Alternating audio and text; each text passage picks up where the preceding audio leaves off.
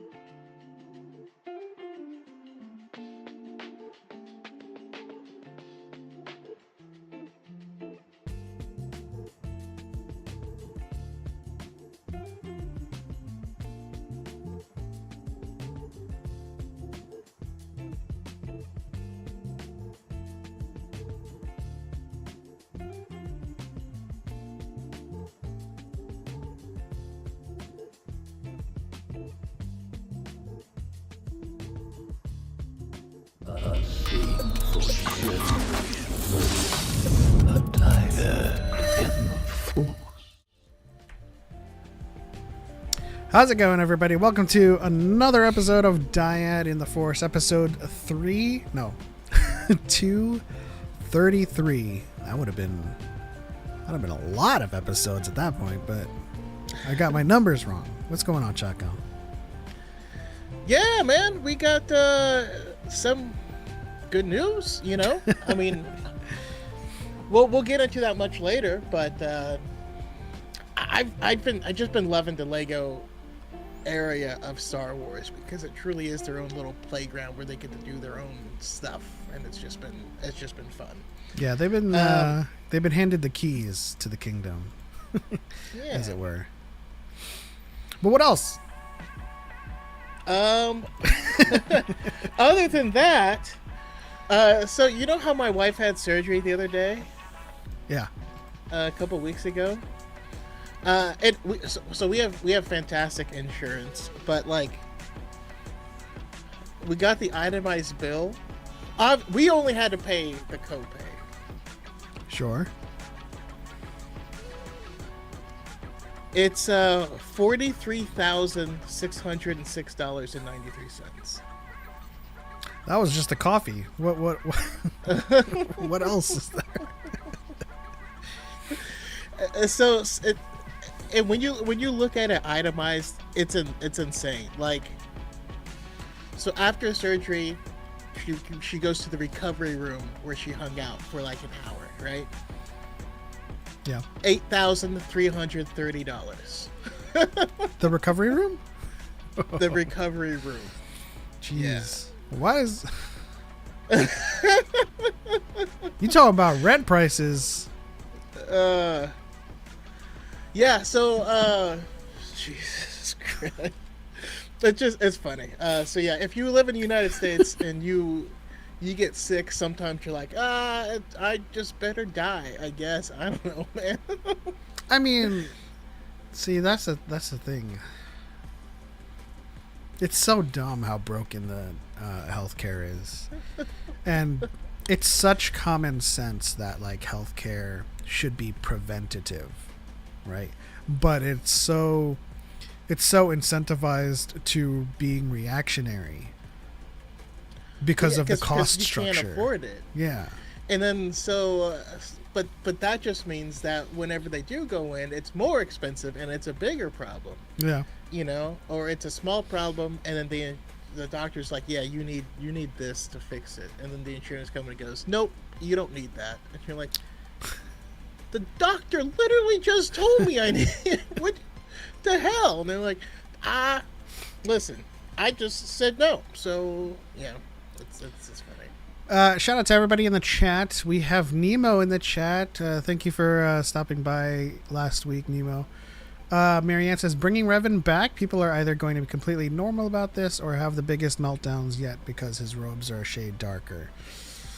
I don't think his robes are a shade darker, but you're right though. Like, we'll see. I mean, it's not anything canon, but you know, just like with everything Lego, I hope that everybody just takes it as it is because it's Lego. It's not.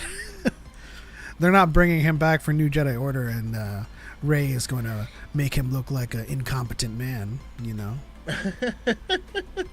I mean, also, we'll get to that once we get to that topic.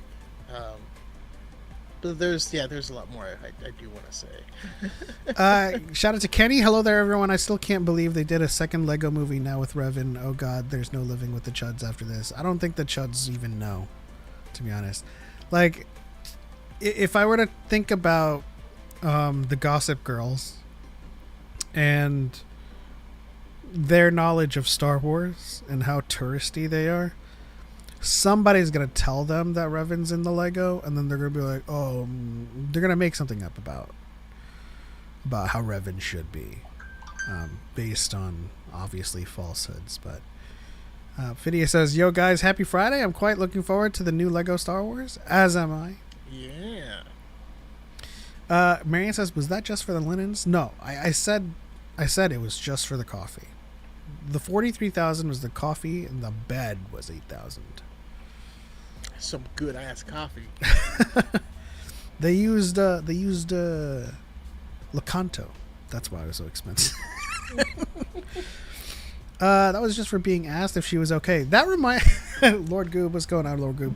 That reminds me of the SNL skit where Will Ferrell was a doctor. He's like, we misplaced your baby, and then like, what is his name? Tim Meadows comes in.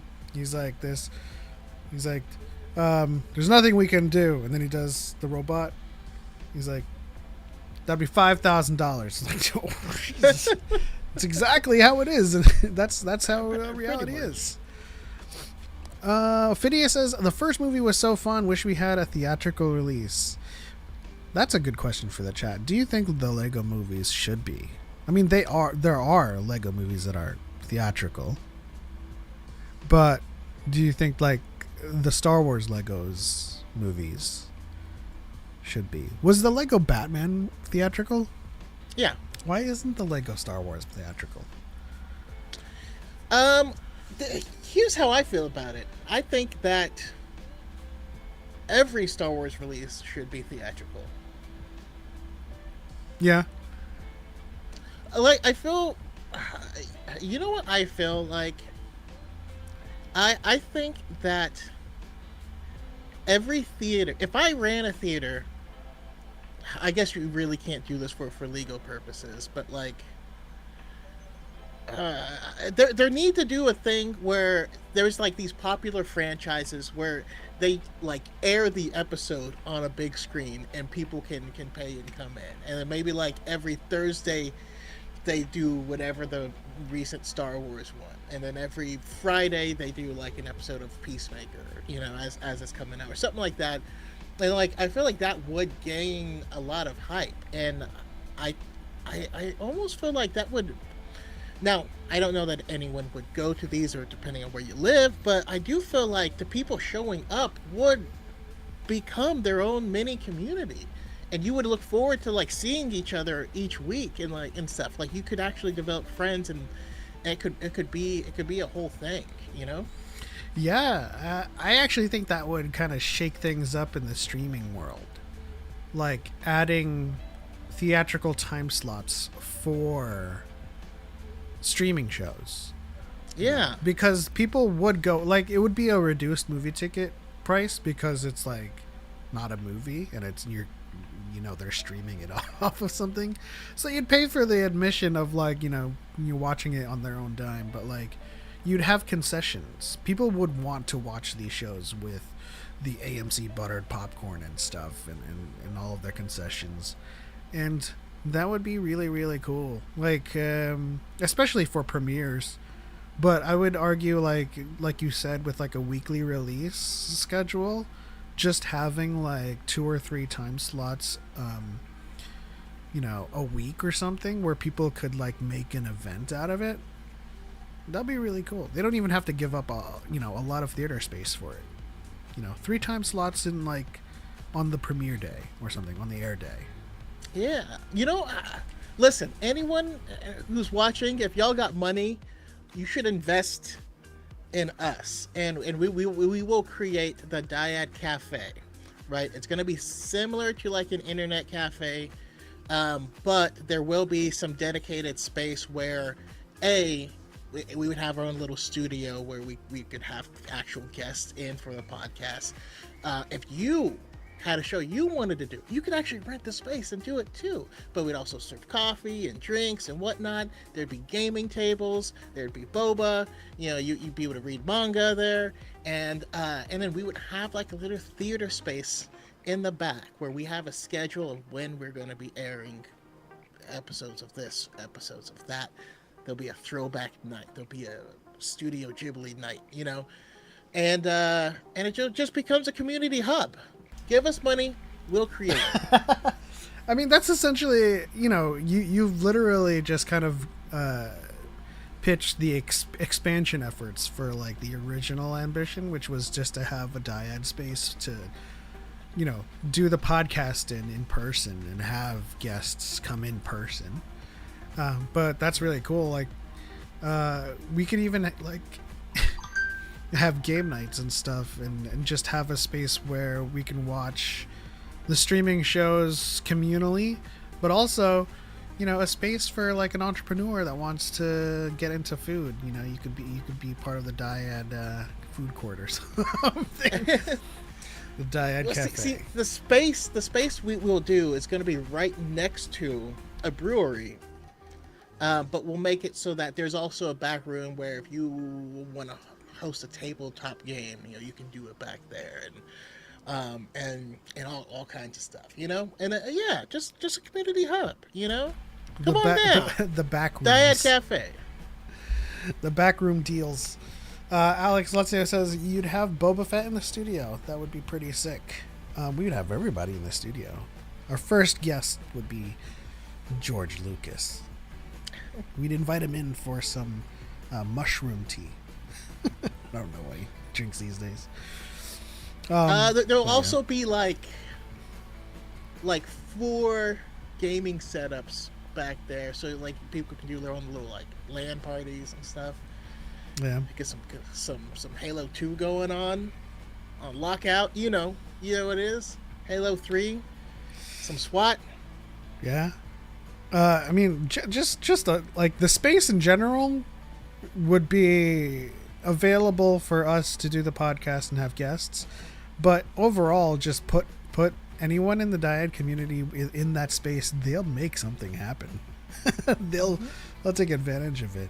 Goob says, I'd imagine the community members near you would be up for renting a hall like that. So we're talking more than rent. We're talking about leasing a space. We're talking about, huge capital investment. Like there's, and when I say capital, I don't mean like venture capitalists. I mean like, if we had a surge of capital from doing what we do on a weekly basis and content, it would go into leasing the space. And there would be, a sign outside that says Dyad Studios or something. Or, as Choco said, Dyad Cafe. And literally it's just, how like those bodegas in New York, like owned by the Chinese people and then they live upstairs. It's just basically that, honestly. We would do everything from there. It would be our home base. It would be our... Yeah, home base. That's the best descriptor for it. Sky's the limit. Do it when financially possible. I mean, yes. When things become financially possible, that's when things happen, right? We're not gonna squander the opportunity, because I think things are more attractive for guests if there is an in-person ability to do it. Like I think the remote stuff kind of proliferated with COVID and the pandemic, but we'd love to host guests. There's a different energy about it when it's in person, Yep. But there's also you can watch the dropout people play games and stuff like that, and it looks really fun. They're all doing it in person. I would also love a place like a community where we could do that. We could bring in people from the community to play those games with us, Oh, yeah. And it would be so much easier to host Dyad cons. Random improv nights and stuff like that, too. There's just a lot that... That's what a creative space for people who are geeks who don't suck. Exactly. Geek Force on TikTok said, considering how Sith create their lightsabers, is it possible that Dooku's red crystal is Yaddle's? I think he already had the red lightsaber during the fight with Yaddle, right? In Tales? Yeah, I mean, and it's hard to say. I just think that he already had a lightsaber. Was his lightsaber red in that moment? My brain is not... I'm going to have to confirm it, because if it wasn't, then that is a strong possibility. Given what we know, just like Geek Force said. But not sponsored by Disney Plus, even though you heard that. I was like, why did I hear it, though? Oh, you're looking up on your phone? Yeah. Okay. There is, though, also the possibility that... I mean, Palpatine was never... He was always eyeing Anakin as his true apprentice ever since he met him. So, he may not have done the whole ritual. Honestly, it probably is Yaddle's. I'd be cool with that being a thing. Was it I'm Tales saying of it's the likely Jedi? he didn't make him do the ritual because he was never truly, from Palpatine's perspective, considered. But he was a true Sith, though. So it was... Yeah, it was Tales of the Jedi. I went to look up, but I wrote Tails like Tail. What idiot. Wow. Tales of the Jedi, as in my big lizard lady queen, Saba Sabatine. That's a good look. Yeah, just like everyone's saying on the TikTok side, it was blue. So It was blue. that's a strong possibility.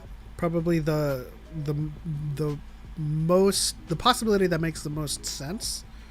So, we say this all the makes the most time. sense to me would be Sifo Dyas. What wasn't Sifo dead before that fight? Yeah. Well, I mean, it'd be around the time of this fight, but I just mean he was walking around inside of the Jedi Temple. I'm supposing that he has a red lightsaber. He's just not gonna bring it around while he's at the Jedi Temple. Oh, okay. No, maybe. I actually think that this makes more sense. Simply given the Sith ritual and how they say that it must be taken from a Jedi. He orchestrated Sifo Dyas's death. I don't think that that's very Sith to take it from him that way. You know, That's fair. he did. I guess I'm thinking more in the lines of like an Uchiha. Yeah, but I mean, in terms of like what I prefer him to have taken that from Yaddle since he defeated her. Yeah. And so that kind of makes more sense on the Sith side. But that's interesting. I actually never thought about it. It's like one of those things about the Star Wars zeitgeist that you just like, Dooku has a red lightsaber. That's it. He just has one. Yeah, that's cool.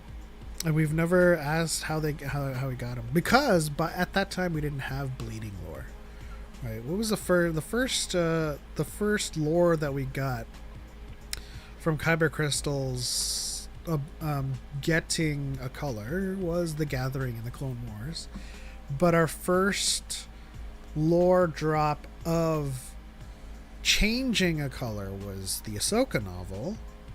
Yeah. That was Purifying.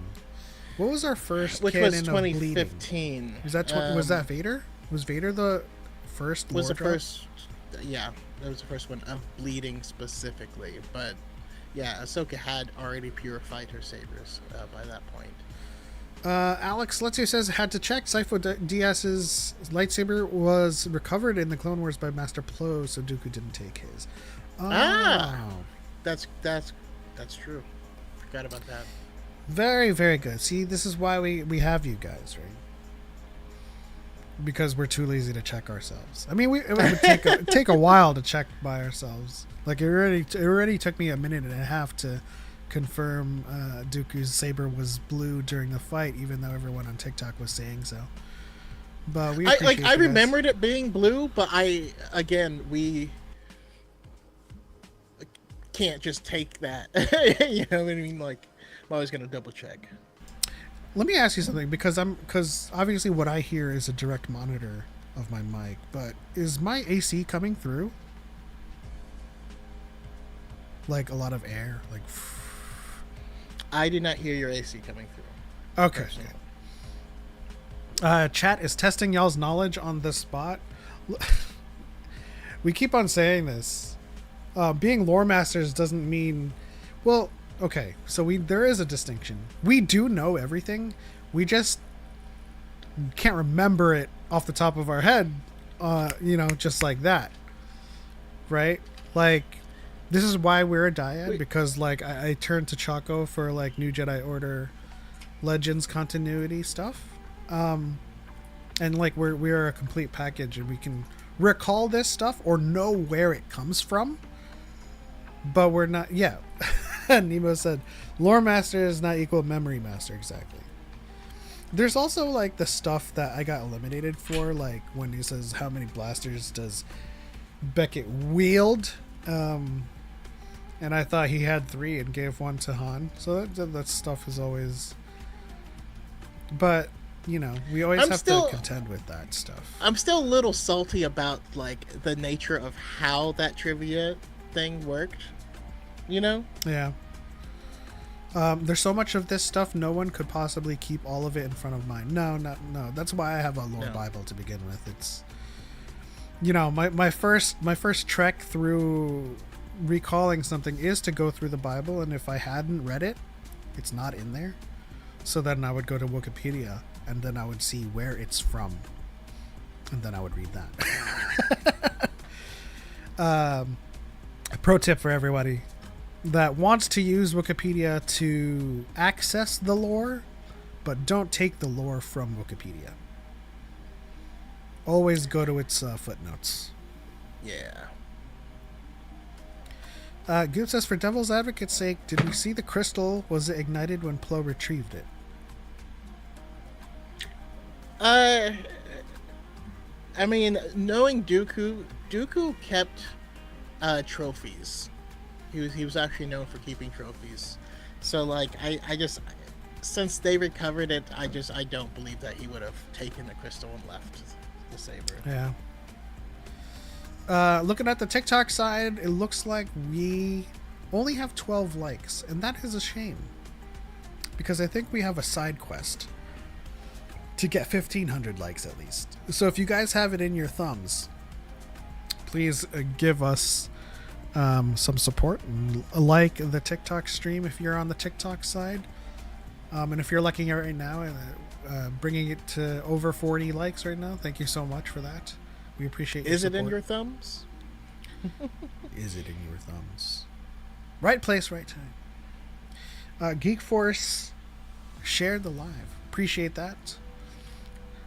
Shout out to Darth Angel. Let's go. VGC said liking on YouTube. Unfortunately, you could only like it once on YouTube, which is odd, but makes sense, like logistically. Because then a lot of people would be able to kind of manipulate the you'd be able to readings. cheese that, but people already manipulate it anyways. So Can you like on Twitch, Nemo? Did you change your name to the Nemo? Oh, or is that just your name on TikTok? El Nemo, El Nemo? which is Spanish for the Nemo. All right, we've entered the Mixer segment, and I want to start this segment off with a question for the chat and for Choco, and I suppose myself, because I really haven't given much thought. If you were in the One Piece universe, what would your pirate name be? Now, we've thought about this. And Your Akuma, what would your Akuma laugh Mi. sound like? Oh. We've already thought about our devil fruits. Mine was the Gap fruit, which basically is just an arbitrary control of the distance between two things, inanimate or animate. And Choco pointed out a really dope ass utility. Like, essentially someone's trying to run away from me, and I just like kind of not to plagiarize Trafalgar Law, but like I would, the Gap fruit, I'd be like, room Shambles. shambles, and then I'd be like right behind them, like you can't. I will always keep the gap between us minimal, and that's like I suppose I could also, utilize that romantically speaking. Damn. But I could only control two objects or two things at a time. So but that's until the awakening. So while I think of my pirate name, and while everyone thinks of their pirate name, Choco, why don't you explain your fruit? And if you have thought of it, your pirate name.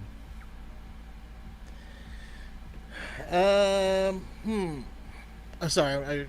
I'm trying to remember. I can't remember what my fruit was. It was so it was the whatever. If you have something on your person, you had that knowledge. I don't remember the Oh name of it. yeah. That's what I don't remember what I named it, but yeah, it was essentially that.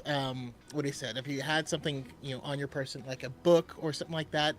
And so the power was kind of similar to like Meteor Man, but you would essentially be able to take the expertise of any given book or document or something physical, and then you would just have that ability to its mastery. But you would have to have it on you, right? So, it just basically meant that you could just have some cool applications of it. You would end up like having very specific abilities and get them like tattooed on your body and stuff. I just thought some of that would be pretty cool. I think for the most part, if I were to dossier it up for both Choco and I, we're very big fans of intellectual based and strategic based powers. You know, Yeah, it just makes it a lot more interesting, you know. Yeah. Well, not to take any low hanging fruit, but I would probably be Peppy D. Peppy D. Sean. I'll type it out. This is my pirate name. Peppy Okay, D. but I'm Sean with the gap fruit. but I literally am AD though in real Damn, life. geez. You ain't gotta flex like that. Wait, you are, right? Isn't it Brandon D. McKinney? No, yeah, my middle name is D. My middle name is Devon. Ah, okay. Um, Sorry, I didn't mean to like dox you. I mumbled halfway. I was like, but yeah, I don't. Guess I'm not good at names. I mean, Brando is a pretty cool pirate name to start. That is Brando, true. Bando. But okay, so what would your position on the ship be? Are you the captain? You the swordsman? You the? I'm the Nico Robin of the crew. I'm the historian, essentially. Knowledge base. I have no navigational expertise. I certainly wouldn't be the most powerful person on the ship, so I can't be the captain. You know, maybe the gap fruit could be, on its awakening, be very, very threatening, but I'd imagine I'd want to follow someone that had larger and more ambitious designs than me. All right, on the ship, I'm the engineer, and that's because I have the repair stuff tattooed on my body. That'd be cool. And I'm Brando D. Choco.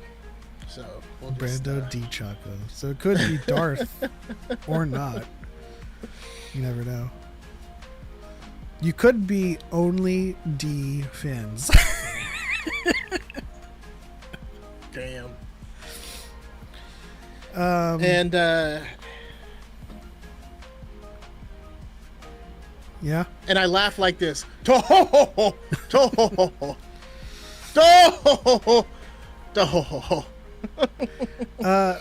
That's you know what? I am preferable to Brooks laugh and Whitebeard. Rah, rah, rah, rah. But let's see. I would actually so I remember this because it was a funny ass moment. Like back in college, we would record ourselves laughing and reverse it just to see how it sounded.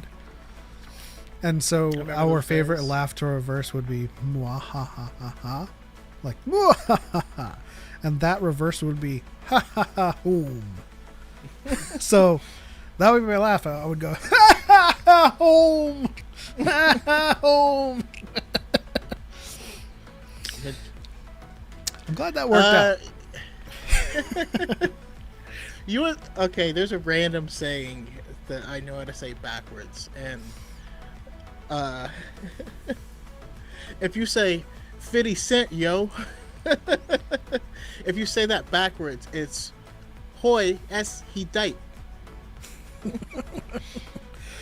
So that's just information for you. Yeah, another piece of rando information is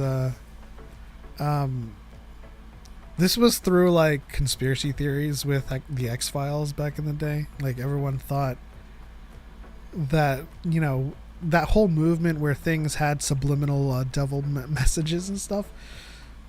So there was a piece of dialogue in the X-Files that is basically Scully saying, Mulder, why can't you just accept the facts? And if you reverse it, it's literally sky of fruit baskets with an 8-year little old. But it was like sky of fruit baskets with an 8-year little. It was so weird. I don't know. That's random, right? Yeah, I feel like everyone had a phase where you had to like figure things out. You know, there's like only a handful of words that sound the same both ways, like sauce and oil. But when you play them backwards, it goes sauce, oil. Oh God, the X-Files. Thanks for showing our age there, Element. Hey man, Hey, that's a classic. never gets old. Like, you never truly entered fandom without the X-Files. Right? That was like the nerdy back then. No, but seriously, Scully never gets old. Like, when the show came back, like 20 years later, you're like, word? Thank you to everybody on the TikTok side. We now have 2,000 likes. Let's see here. Kenny would be Kenneth R. Kari. Bargains. What does a bargains expert do, Kenny?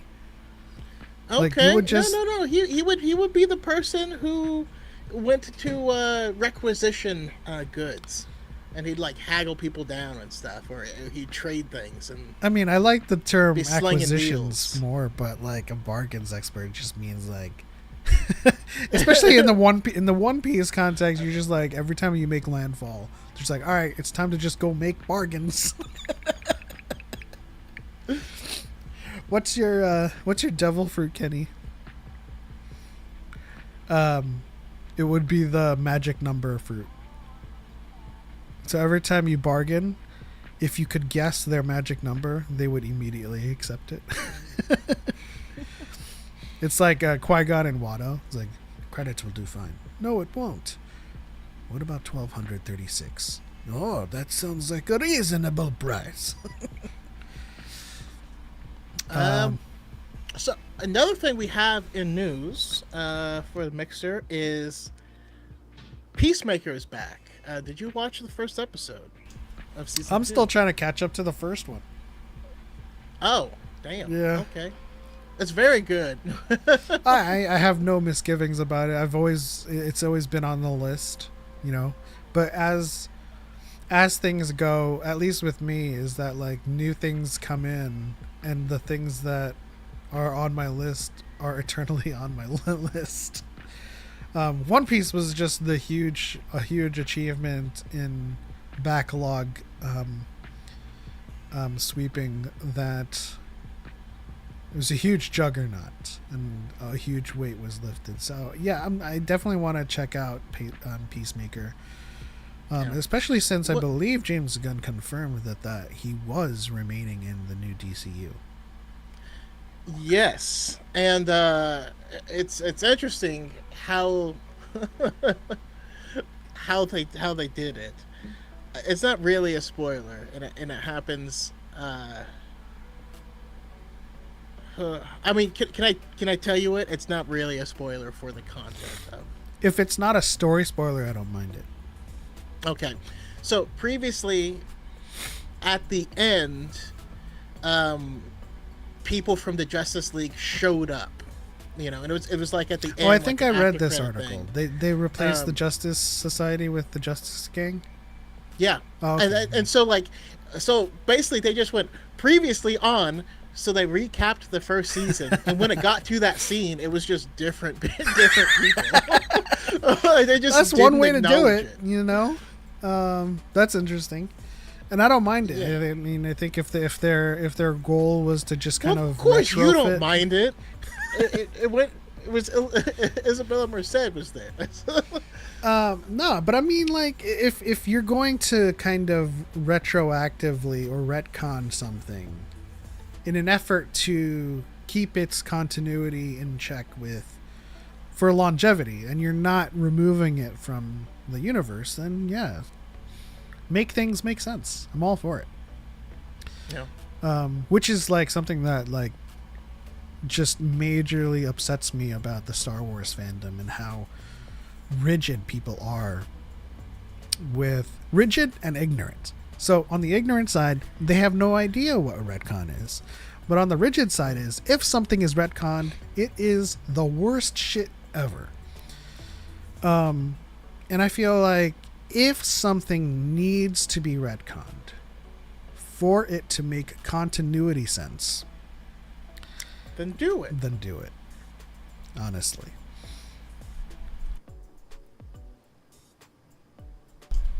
Let's see. Kenny says, I'm not big in the series. I don't know all the fruits.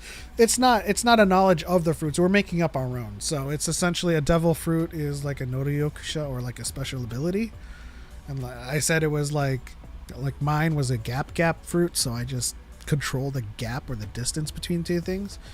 And Choco just made up his, like, it's just arbitrary, honestly. Yeah, we're just making up random powers, you know. The only thing we're not doing is like, oh, mine is like the god fruit where I'm just the universe and nothing can stop me. You know, we're just trying to be a little bit creative with it. Craig says, is it just me or does the artwork on Choco's hat seem like it's part way through the animated assembling of Legos? No, it looks more like it's trying to camouflage on against a very, very specific place. Yeah. But another thing on the Mixer side is the revitalization of my fandom for the Predator universe. Were you able to, I know you said you watched Prey. Were you able to catch Killer of Killers? Not yet. I do know, because I know I was following it in the development, because I heard there was one like it was like Predator versus a samurai, and I was like, what? That sounds hella sick. And so but haven't gotten around to watching it yet. So yeah, I mean, I feel like we are in a renaissance for this universe, the Predator universe, the Alien universe. You know, with Romulus, with Alien Earth, I think things are back on track with Damn it, Alien Earth, I need to watch that. Oh my gosh, man. Yeah, things are back on track with like the whole kind of high tension lo-fi aesthetic and atmosphere of the Alien universe. And on the flip side with Predator, as much as I loved Danny Glover and Arnold, like, I've always wanted the Predators to be the main stage. You know, they have a vast culture, a vast lore that obviously came after those classic movies, but it's like the thing with Star Wars, you know, with the EU. You start to know things that didn't exist in George Lucas's universe, but what came was tremendously interesting, you know, for like, where the hell did this thing come from? It's an alien, but it's an alien with advanced technology and almost like a presence that needs to be explained. And so when we got all the comics with, you know, them exploring the species known as the Yautja, it was awesome. And then we got all the games that had all the different ones and you know, AVP, and like as cringe as some of those movies are, it still adds to the lore of things. And you know, like, it is kind of like the Jedi versus Sith thing, almost like learning about how the Yautja would round up xenomorphs for sport. When in the Alien versus Predator, you're like, oh man, the alien's just gonna like destroy them all. It's like, well, yeah, it does, but they're also young bloods and they're trying to prove themselves to the clan. then you start to realize that there's a whole freaking planet. There's an army of them. Yeah, there's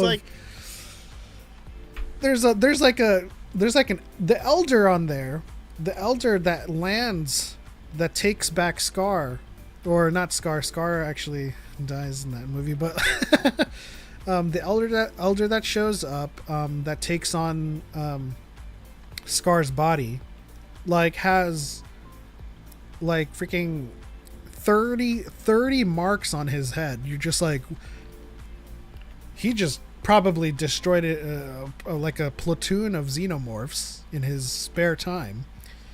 But then that's when the Predalien bursts out of Scar's body, and that's where we get the Requiem movie, and Wolf comes in, and then I'm like, yo, this guy's gotta be, he can't be a Youngblood. He's like dispatching xenomorphs like it's nothing. I'm like, this guy is an elite. And sure enough, with like expanded material and ancillary reference comics, like, you know, Wolf was an elite, and he was knocking out xenomorphs, punching them in the face. I'm like, yo, this dude. That's one thing that we are missing, is like a good, like, Left 4 Dead style video game franchise where you are being hunted by them. Oh yeah, I've always wanted to, and I don't know if they've actually revealed the native planet of the xenomorph, because they're so parasitic and they just kind of take on the properties. I'd assume they wouldn't have like really a native planet. But I've always wanted a movie where, you know, we followed a Youngblood, and there was like maybe 5% dialogue where it's just kind of growling to itself, but it's just that experience where we follow a Youngblood that's trying to prove themselves, and they're on a planet with a bunch of xenomorphs. And it's just this really rough and tumble kind of journey for them to become a hunter. And that's when like Badlands, the trailer, showed up, and I was like, okay, so the main character is the Predator. It's the Outja. But then I read like the synopsis, and it says it's been cast out. So we're following a Bad Blood. Are we going to get, and as I was watching the trailer, it's like, are we going to get society, culture, and lore? And that's when they pan through, for just briefly in the trailer, they pan through the village of the Outja, and I can hear the drum, yo, cha, cha, yo, cha. I was like, yo. I'm excited for this, man. I can't wait. I really hope they don't screw it up. But it's really hard to screw up something where it's just about a hunter that needs to survive in the Outja culture. They really can't go wrong unless they just decide to change all of the lore. Which they might just do. You never know. But no, I think of, you know, there's video games like Alien Isolation, where you're a scientist and you're on the space station and there is, you know, a xenomorph that's hunting you.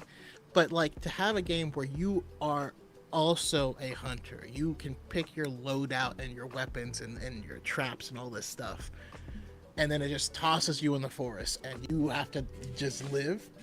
I just think that would just be super fun. You know what I mean? Like, all of a sudden you see like 3 red dots on you and you gotta run like hell or something. You know what I mean? You have to figure out how you're gonna take this thing. I think that would be really cool. I would love like an open world, you know, Predator game. Like, I would love a SOTOR that's in the Predator universe, and you would just kind of create your own you would create an Unblooded, and then you would go through basic training to become a Youngblood, and then you have all these quests to go into their different planets and hunt the strongest prey, and then you would build up your marks on your head, and then like it would make money, because then you could literally cross collab with Alien and have all these xenomorphs that you're hunting and stuff, and like you could have like a narrative kind of set piece where you fight a Predalien or maybe even like a queen, and you kind of liberate And I say liberate loosely because they're not really. There's no real cause to their action. They just want to hunt. But by virtue of you hunting the queen, you would liberate that, and then you would liberate a planet or a culture. But Kenny decided to intrude and colonize our podcast. I didn't want to intrude. I love the fact that you made an entire video not knowing about Predator Killer of Killers. And I'm like, how? This movie's been out for at least good 2 months. I don't know how I didn't know. Maybe, no, wait. For 2 months, I was watching One Piece. That makes perfect sense, yeah. I was not, like, I had no finger on the pulse while watching One Piece. So, but I'm glad I caught it, you know? It was fantastic. As somebody who loves the Alien and Predator franchise, even though I'm not that big in the deep lore like I am with Star Wars, it is such refreshing to go back to almost the basics, if you will, with the franchise, especially from a Predator standpoint. Like, the Predator is the ultimate hunter, and that is the goal. The whole film or whatever project you're doing with said individual has to be about survival. It's not about beating the Predator. It's about surviving the Predator. Yeah. But sometimes, you know, just like with Prey, sometimes, you know, there is, you know, that ingenuity that lets you defeat them, and the Yautja are just like, all right, bring them here. We'll see how they do against our elites. That's like, though, I mean, that's kind of like the whole point of the franchise is like, you take the biggest, strongest warriors, right? These army commandos with biceps that are larger than my head and massive guns. And then you say, what if they're up against someone who's bigger than them and stronger than them and has better weapons and technology? How do you beat them? You got to go back to the basics. You actually have to go primitive and low tech and outsmart them. That's the only way. And that's why I loved Prey so much as a film, is because that person's life was forced to live this way of always being the small one, the weak one, and having to be injured, you know, having to invent ways to do things. Yeah. Darth Angel says, hello, Kennth. Geek Force. Hello. Geek Force says, a Predator versus a Mandalorian. This is interesting because Mandalorians also have their share of tech. But at a base level, the Predators are 10 times stronger. They're over 8 feet tall, like normal. It would depend. If an unblooded were to go up against a Mandalorian, there is a chance a Mandalorian could outsmart the unblooded. Even a young blood. But if you're talking about an elite that has hunted multiple xenomorphs and hunted multiple prey, that is considered to be worthy of their hunt, I don't know. A Predator can't beat a Mandalorian. I've already debunked this entire thought process. Okay, let me hear it. The Star Wars universe has such a different level of technology that nothing that the Predators have could bust through Mandalorian armor. They have nothing to fight against. I want to say their blasters. Nothing to fight against their blasters. What are you talking about? You're also talking about a very specialized unit of warrior that from birth, just like the Yautja, are trained to be warriors. So I argue that Mandalorians have a much higher understanding of their technology than that of the Yautja. Whoa. So I would say this, I'm actually leaning towards Kenny with Mandalorian coming out on top. However, we don't know the extent of the Yautja technology or their materials, right? Whether or not it can. Also, you wouldn't need to necessarily punch through the Beskar if you could hit a gap in the armor, and that'll do a lot. There's plenty of times where Din Djarin should have died because, yes, you can't bust through his helmet, but your brain is in there. Your brain will shake around in there. You can't be getting punched in the head by giant robots and like be cool. But on top of that, like certain things that there are a lot of things that Mandalorians that have that could negate a lot of the advantages from the Yautja, right? They go invisible, you bring your visor down, and you can still see them as well. And against, you know, the Yautja's weapons, now we do see in the trailer for Predator Badlands, you know, he's like shooting guns and stuff like that. But that's not something we typically see, at least on the same level. Whereas we see these guys who have jetpacks and unlimited ammo, like pretty powerful guns and stuff. It would be interesting. Now, physically speaking, yeah, the Yautja is Yeah, no. Well, if we're talking like arm wrestling level strength, no. The Mando's taking the L all day. I'd like to debunk your bunk. Ooh, here we Because go. Beskar isn't the strongest material. It is resistant to blasters and lightsabers. It is not like Frick. It is not indestructible, you know. And when we're talking about the Yautja's spiral star, it flies through tanks. It pierces tank armor. Like, they have their shoulder-mounted lasers. The shoulder-mounted lasers destroys tanks as well. Like, they have laser technology of their own. And when we're talking about durability, Yautja's tank guns, like they're not fully clad in armor. Like in AVP Requiem, like a bunch of soldiers were firing M16s at the Predator, and he only had his mask on, but he was tanking the bullets. And the only thing that truly threatens a Predator are slashing and piercing weapons, like a Xenomorph. So I feel... And exploding weapons. Yeah. Like, so I feel like... Because, like, listen, even back into the first Predator, when... I think it was Jesse the Body Ventura, when he unloads a Gatling gun on a Predator, it made it bleed a little.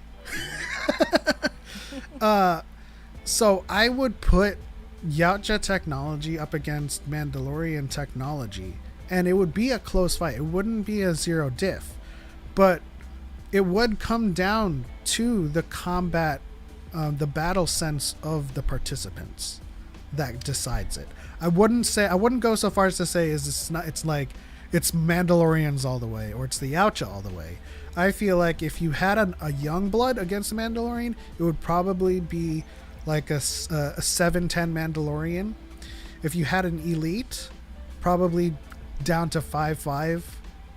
You know, even split. It depends on who's behind the mask. Wolf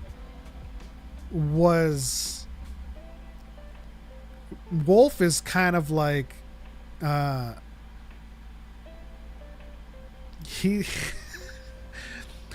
Wolf's a freaking badass, right? When he's got xenomorphs all crowding him and they're going at the speed that xenomorphs do, and he's pinpoint blasting them from his shoulder mount cannon, and then when they reach him, he just chokeholds them, slams them to the ground, and punches their head and crushes their skulls. It's if Beskar isn't indestructible, then I feel like even with blunt force trauma, a Yautja can get through. So, like, again, it's not really kind of like 100% in either direction for me. But I wasn't Lucasfilm, saying- if you guys are watching, take this and run with it. No, listen. Marvel has its own like discount xenomorphs that are part of the Marvel comics. It actually has put regular xenomorphs in there too, which is also kind of weird. But like, if I know people for some reason like the Yushan Fong, but replace them with a stand-in for the Yautja, right? A warrior culture, and then you give a reason for Jedi and Mandalorian to have to team up to fight this new threat, and this new threat just wants to fight, and they're not force sensitive, but they are a force to be reckoned with. And I think you could make it like an almost 1-for-1 stand-in for them, where basically they come from another place and they are trying to prove themselves to their uppers. And so people are going missing across the galaxy, and there's weird stuff happening, so the Jedi have to investigate. Like, there would be a kick-ass story where those guys are the villain, and it starts a big conflict. And yeah, the Jedi and the Mandalorian would have to come together to fight a threat like that. And I think it would fit in the Star Wars universe pretty damn well. It's actually a very interesting concept to think about, because realistically speaking, even if you were to be like, okay, so it's like an army of Mandalorians versus an army of Yautja, it's like, bro, even the Yautja have starships and shit. Like, so it's like it's literally like fleets going against each other. So it really is a very, very even matchup, like kind of down the line too. If you think about the durability of the Yautja's scales and skin, and then you think of the durability of their armor, because Wolf wasn't wearing armor, but some Yautja wear armor, then that means like the playing field is roughly the same, unless they start bringing in darksabers and lightsabers, which kind of shakes things up a bit. But if we're going straight off of Mandalorian armaments, it really is kind of even, to be honest. And I would not be surprised if on their home planet they do have a material that can stand up to, maybe not to the same level as Beskar or Frick, but that's near comparable, where they could, smack it out of the way or something, What if the Yautja got their hands on the Duchess? Or they had the technology similar to it. Oh, okay. I was thinking of Satine. I was like, what do you mean?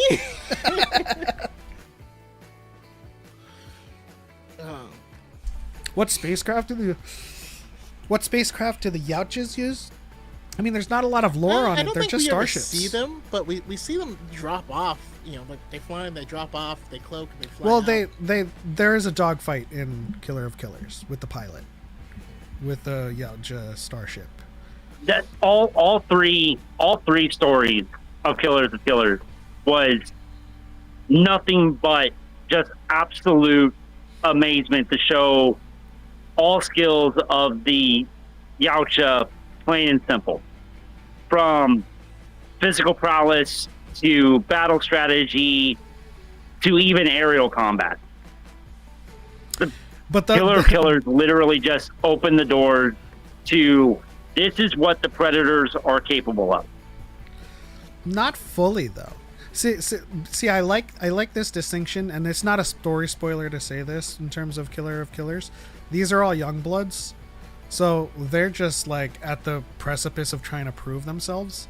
But then we meet an elite, and like, this is a mild spoiler, not a story spoiler, but like all three of them charge the elite, and he's just like, "What are you guys doing?" And kind of swipes them away. I would actually like to push back on that third one, Pep. I'm trying not to spoil it, but the air one, he seemed more experienced than any young blood I've ever seen. But only young bloods go out and hunt on different planets. All right, but I will watch it this weekend, and we can talk spoilers next week. But I feel like we're dancing. We're starting to dance close to some things, and yeah, I feel you. Star Wars Safe Space said Darksaber would give an edge. It would, but you only have one. I suppose if you give that one to the person that's fighting the Yautja, but like thinking about the Yautja versus Mandalorians, just army to army, they would only have one. And if they get their hands on Satine, Kenobi is coming and he won't be happy. Jeez. And so if I'm writing it, again, I want them or a stand-in to be part of the Star Wars universe. One of my favorite things in the expanded universe was when Jaina couldn't beat Jason, and it was because she fights like a Jedi. He knows how Jedis fight. She will never beat him that way. So she goes and trains with Mandalorians, and the Mandalorians are like, "Oh yeah, it's because you don't know how to sword fight." And she's like, "What?" And you're like, "No, use a lightsaber. That's not a sword." And they proceed to whoop her ass with swords over and over again because she doesn't have edge discipline. She doesn't know weight. She doesn't know. There's a bunch of stuff she just doesn't know. But I would love it if this is the new threat, and what ends up happening is select Jedi have to go get trained by Mandalorian and have to maybe even don some armor, or vice versa. They train some Mandos how to wield lightsabers. That's the only thing that's cutting through, and then we get like an all-out battle. You know? Caesar said, was the one who went after the Vikings a Youngblood? So you can tell if they're a Youngblood if they don't have any marks on their mask. But this is like there's a lot of tumult in my heart because Star Wars is my greater passion, but to argue for the Yautja's sake is just kind of like I'm trying to be factual here. Like I don't think the Mandalorians take it zero diff, and I don't think the Yautja take it zero diff. I think there's pros and cons on both sides. Like people have mentioned, the Yautja, although they wear armor, they don't depend on it. Some elites don't wear the armor, right? It's literally I'm gonna be edgy right now and not wear my armor to battle. Or maybe some of them don't wear it for mobility's sake. Yeah. They are better fighters when they have more range of motion. I don't know. Again, I don't have the same level of knowledge on the Yautja.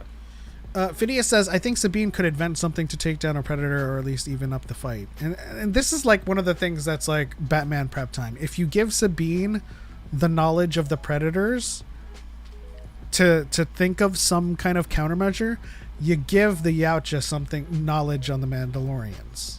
And so they invent a spiral star, or they craft their chain whips to go through Beskar. Like, you can't give prep time to either side without, it being only equal. only one side gets resources and prep time. Okay? I was just about to say, I'm like, wait, what? Are we literally using Batman logic here? Yeah.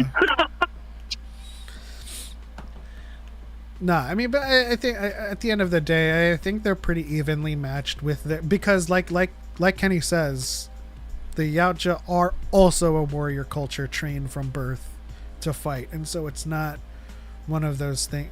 Like, they're pretty much the same in different fictions. Like, the Yautja are the Mandalorians, but they are more human and can speak. Wait, I would actually argue the Yautja are like the original Mandalorians, like the yeah. What's their species called? The Tong. The Tong, yeah. That's actually really cool. I would actually love to see that movie. I would love to see. I mean, maybe. I would love to see a revelation lore drop where the Yautja landed on Notron, which was pre-Coruscant, and they taught the Tong like all of their technology, like, now go forth, and then they went to Mandalore and like conquered the mythosaurs and like, we are Mandalore now. There's a little bit of a lore drop right there. Imagine they drop the what is that? The rise or the Dawn of the Jedi. The first thing that they encounter is Mandalorian, or at least their predecessors, and they see nothing but a giant Yautja statue. Well, I mean, they did do that with the first AVP, right? When they were talking about the Yautja, they showed them on Aztec temples fighting off xenomorphs. Like the young bloods would be dropped down, and xenomorphs would just gauntlet style throw themselves at the Yautja. So like, which is funny because that scene looked identical to the end of the one with Jet Li. That would be cool. Like the plaque in Mandalorian season 3 when Bo-Katan's reading it, it's like Mandalore the Great, and then like there's a statue and it's a fucking. No, but I can absolutely believe them having a shared origin. Yeah, that's a really cool concept to think about. Would this Jedi Mando alliance set in the past or future, maybe with adult Grogu? Yeah, they set it in the future, and Grogu is the one leading the charge. Adult Grogu. We need more Jedi and stuff, so it's like 400 years in the future. I suppose. I mean that's just another edge for the Mandalorians, right? But at the end of the day, Grogu's just one person. Yeah. And so would be Din, right? And if we think about like the protagonist, like this is just like thinking in protagonist terms, right? So you have Scar, you have Wolf and the Elder, and of course as a fan I'm just like, yeah, they're special Yautja, right? But there's also Grunt and like foot soldier Yautja that just die to the simplest attacks. So it's the same with the Mandalorians, right? You would have the foot soldier Mandalorians that get whopped by Sabine and like, they have main character energy. But that becomes the next question. Would this be an all-out war? Like, or would it be like a conflict where eventually they're like, listen, here's what we're gonna do. 1 month from now, your best warrior, our best warrior, winner takes all. And then that's Grogu, and he's got to go train with the Jedi to learn some more stuff. And then he's the one who has to step up. Okay. Here's an interesting thing. Now you might not be familiar with the lore or even have kept up with the Predator universe. Maybe Kenny has. Have you seen Requiem? AVP yes, Requiem? I have. Who would you give it to with Wolf versus Din? 1 second, sorry. Loud car. Say that again. Wolf, the elites from AVP Requiem versus Din Djarin. I haven't seen it, but I'm giving it to Wolf already. Yeah. I don't think Din is the most. It's not up for debate. It's not up for debate. I love Din. I love him. But even with the Darksaber in his hand, and if he mastered it, still wouldn't win. He's not beating most other Mandalorians. He's getting thrown around by a giant Hulk-looking one. Like, come on.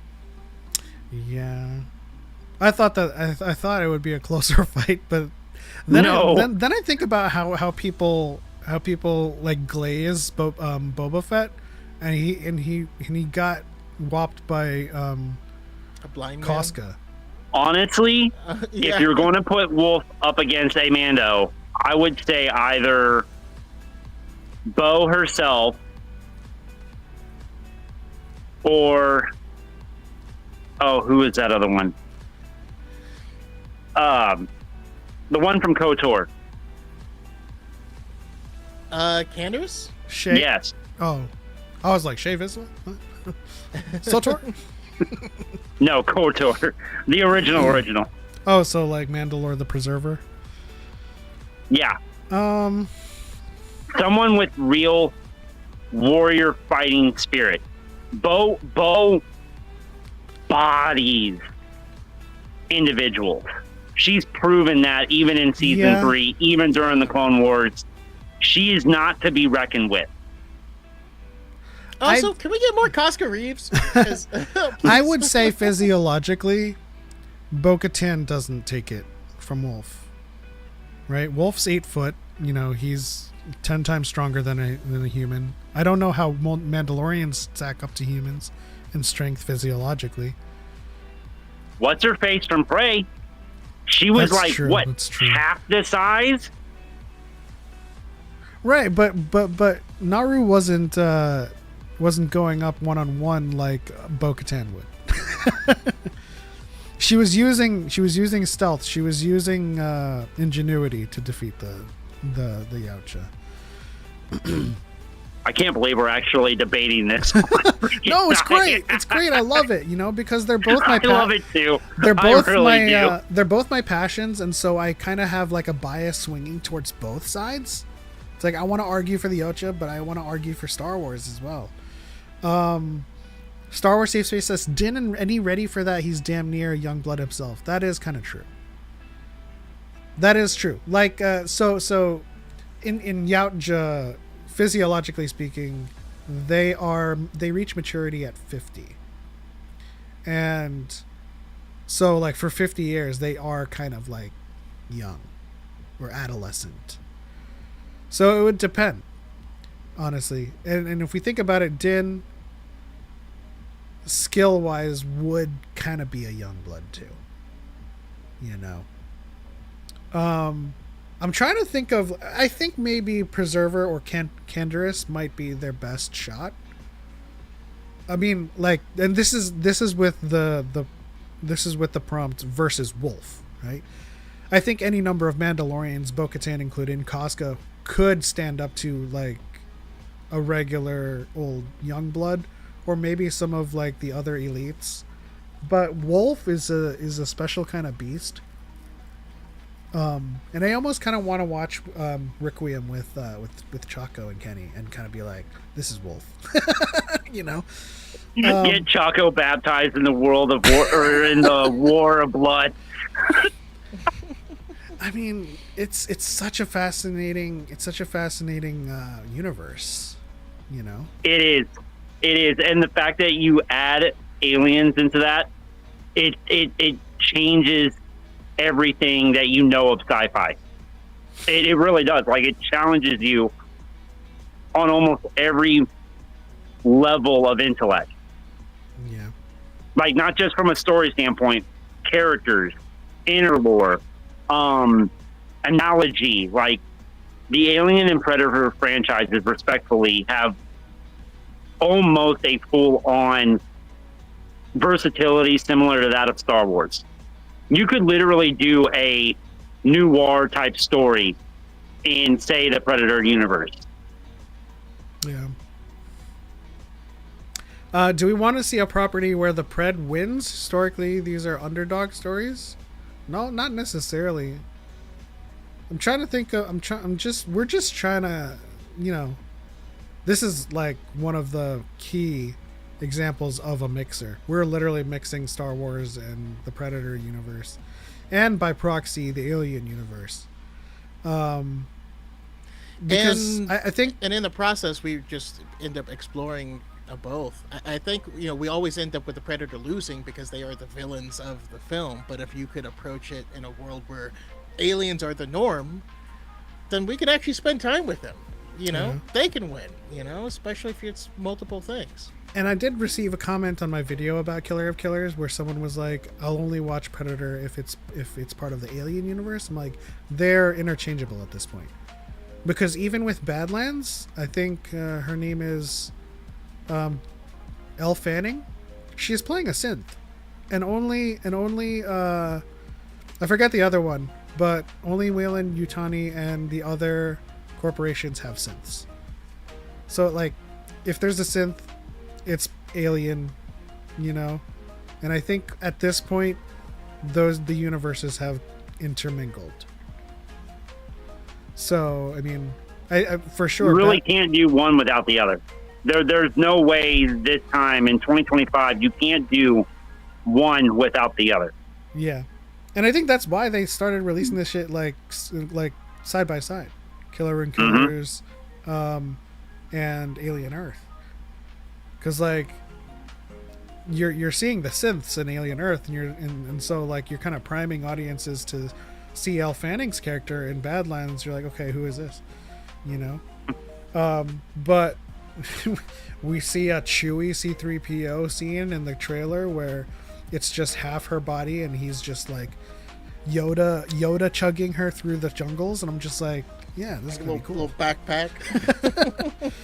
But of course, just like Choco said, Badlands, the protagonist is this bad blood. I'm assuming he's a bad blood, but realistically, so the definition of a bad blood would be an exile from the clan.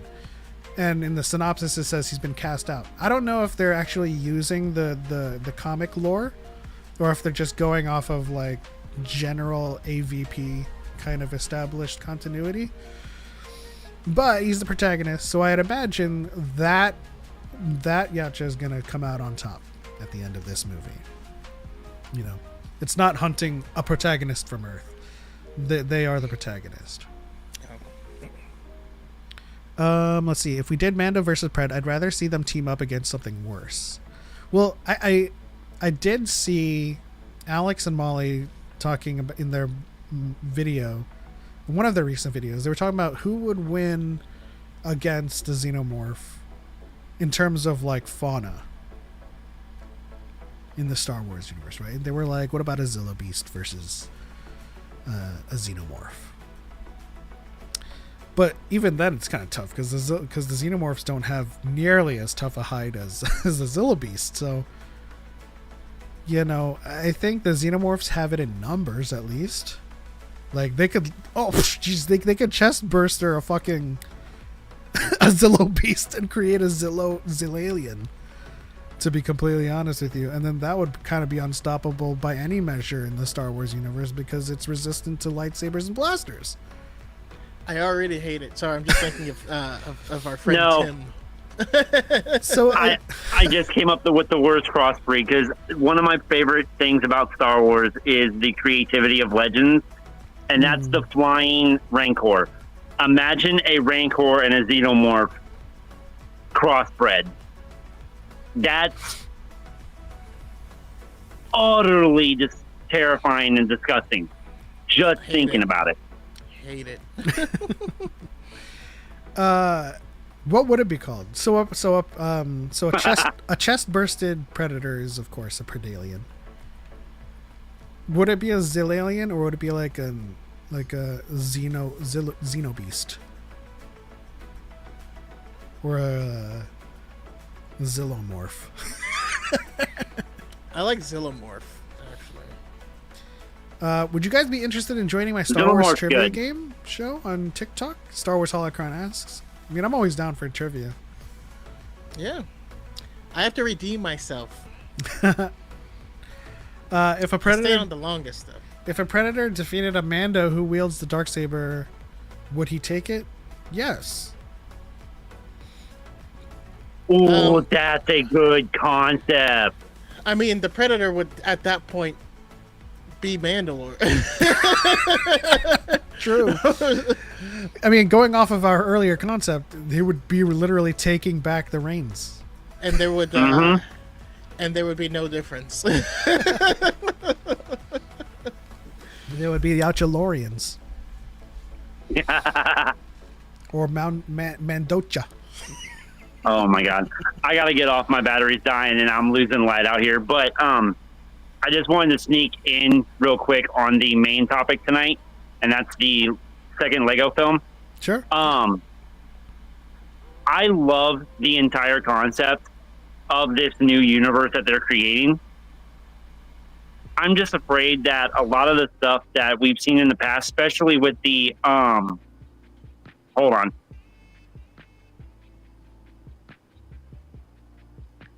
Sorry, little one. I just hope they don't expect canon stuff to come into effect. Like, even from a legend standpoint. I mean, I don't really think that's going to be an issue. I mean, they've already established, like, no, this is our own universe. We've mixed it up. This is, I mean, it's the Lego verse. It's anything that's been made of Lego, you know? That's why Jedi Bob is yellow. He's from the time when they were still yellow. But it's also like continuity wise, it just wouldn't work. Also, right? Because with the way Rebuild the Galaxy happened, with Vader and Palpatine being a good guy and Rey being a bad guy, and there's Darth Jar Jar. There's like, of course, you have to approach it with this is a fun sandbox.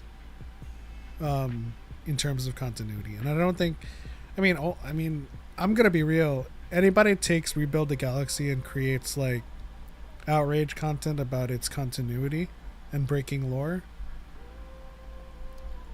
This is not how Darth Jar Jar works in canon. Yeah, They don't know. we're gonna get a lot of complaints about Revan from people who don't know Revan. That's not my. And that's where my biggest takeaway is the fact that he's coming into this. This will be technically his first appearance in over 20 years. Like from a storyline perspective, first time in 20 years. We've had him mentioned, we've had him talked about, but we've never physically seen him this long. Yeah, but also they're using his KOTOR Lego toy figure. So I don't think there's any kind of illusion as to this being a new version of Revan. I think just like with Galaxy of Heroes, they're bringing in Traya, they're bringing in all of these legends from the Old Republic. So I wouldn't be surprised if we saw Malgus in this as well. But like, Lego is like I said, it's a sandbox that has the entire Star Wars toy chest to play with, and that's what they're going to do. I mean, good Vader, right? He's in the all-white suit. They didn't make that up. That's a Legends comic, where like a Legends Star Wars Infinities comic where he turns good and just straight up just spray paints his suit white. It's like, I'm a good guy now. It's just super weird. But yeah, I mean, they're pulling things from all over, and I don't know. I just think that's delightful. I feel like there's a lot of just weird all white stuff. Like the original Boba Fett was also all white, and I think that was actually the beginning of the Imperial Super Commandos. Yeah, that was an attempt by. Never mind, that's a horrible joke. It's like that was an attempt at DEI in the opposite direction. Phineas says, I really think this will fly into the Chud's radar and they won't even pay attention. No, there are some Chuds that will take this and be like, this is great. And that's why the Acolyte sucks. Like they take projects that they actually can't fathom to be bad because everyone loves it, like Andor. And then they will create outrage content by then referring back to the thing that people hate. When the first Rebuild the Galaxy came out, they were like, Rebuild the Galaxy so good, and that's why the Acolyte sucks. Like, why can't you just talk about Rebuild the Galaxy? Why you gotta take it back to the Acolyte? You gotta suck in all of these haters for views and stuff. That's why I brought up that comment at the beginning of this podcast, is because I'm waiting for the Chuds to start coming out with the BS. Yeah. Especially with Revan being so prominent within the Star Wars fandom, I'm afraid that this could actually be worse than the first time. We'll have to see. Since I've been taking like a little bit of a break from content, I haven't seen any Chud stuff in a very long time, which it's actually been really nice. Well, that's because the last thing that we got in Star Wars, they couldn't reasonably hate. Mm-hmm. We got an honest effort from Theory, but he still watched it in the end and had his opinions about it. But we don't really deal in the business of opinions. But for the most part, I did see his video where he was like, "Oh, so that's why they did." And you're like, God, you're so dumb. But the last couple of months have been Fantastic Four and Superman. They've been trying to fucking fan the flames on that front. I don't. So with the Superman, this hasn't been the same chuds. It's been the Snyderverse people who are like convinced that this movie has failed, and you're like, No, the that's chuds are super still the chuds EFAP community and all that. They're Oh, still talking. okay. They're still trying to maintain the narrative that with over 550 million at the box office, Superman's a flop. Mm-hmm. They're still running with that narrative. With Fantastic Four, they're still running with the narrative that Johnny Storm was turned woke. You know, he was turned a softie. He's no longer like a badass and stuff like that. Like they pick and choose. They cherry pick their stuff, but that's been their focus for the last couple of months. How, if anything, he's more masculine in this one Because they didn't watch the movie. They didn't watch the movie. Oh, It's typical Chud stuff. Come on. Like, I forget, because he's confident in his masculinity. They view that as soft. You have to be like, you have to be overly whatever to the point of like showing you're actually super insecure, and then that would be considered manly. Yeah.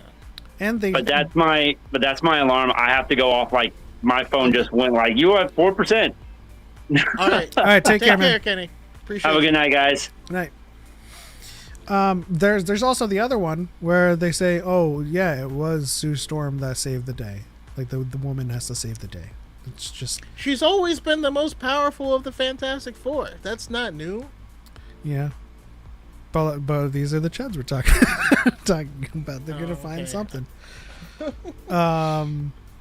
But you know, with that, we can move on to the Lego discussion. We did get a trailer last week, 7 days ago, for Lego Rebuild the Galaxy, where we see Dev come back, we see Bob come back, and they're continuing on with the narrative of, you know, the builders and someone destroying their galaxies or their universe.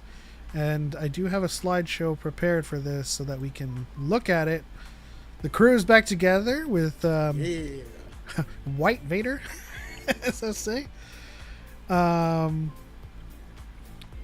Is that DI Vader. Oh, with Surfer Luke. yeah, Yeah. Surfer Luke, and is that Leia? I don't remember her deal, Leia's deal, but yeah, that's.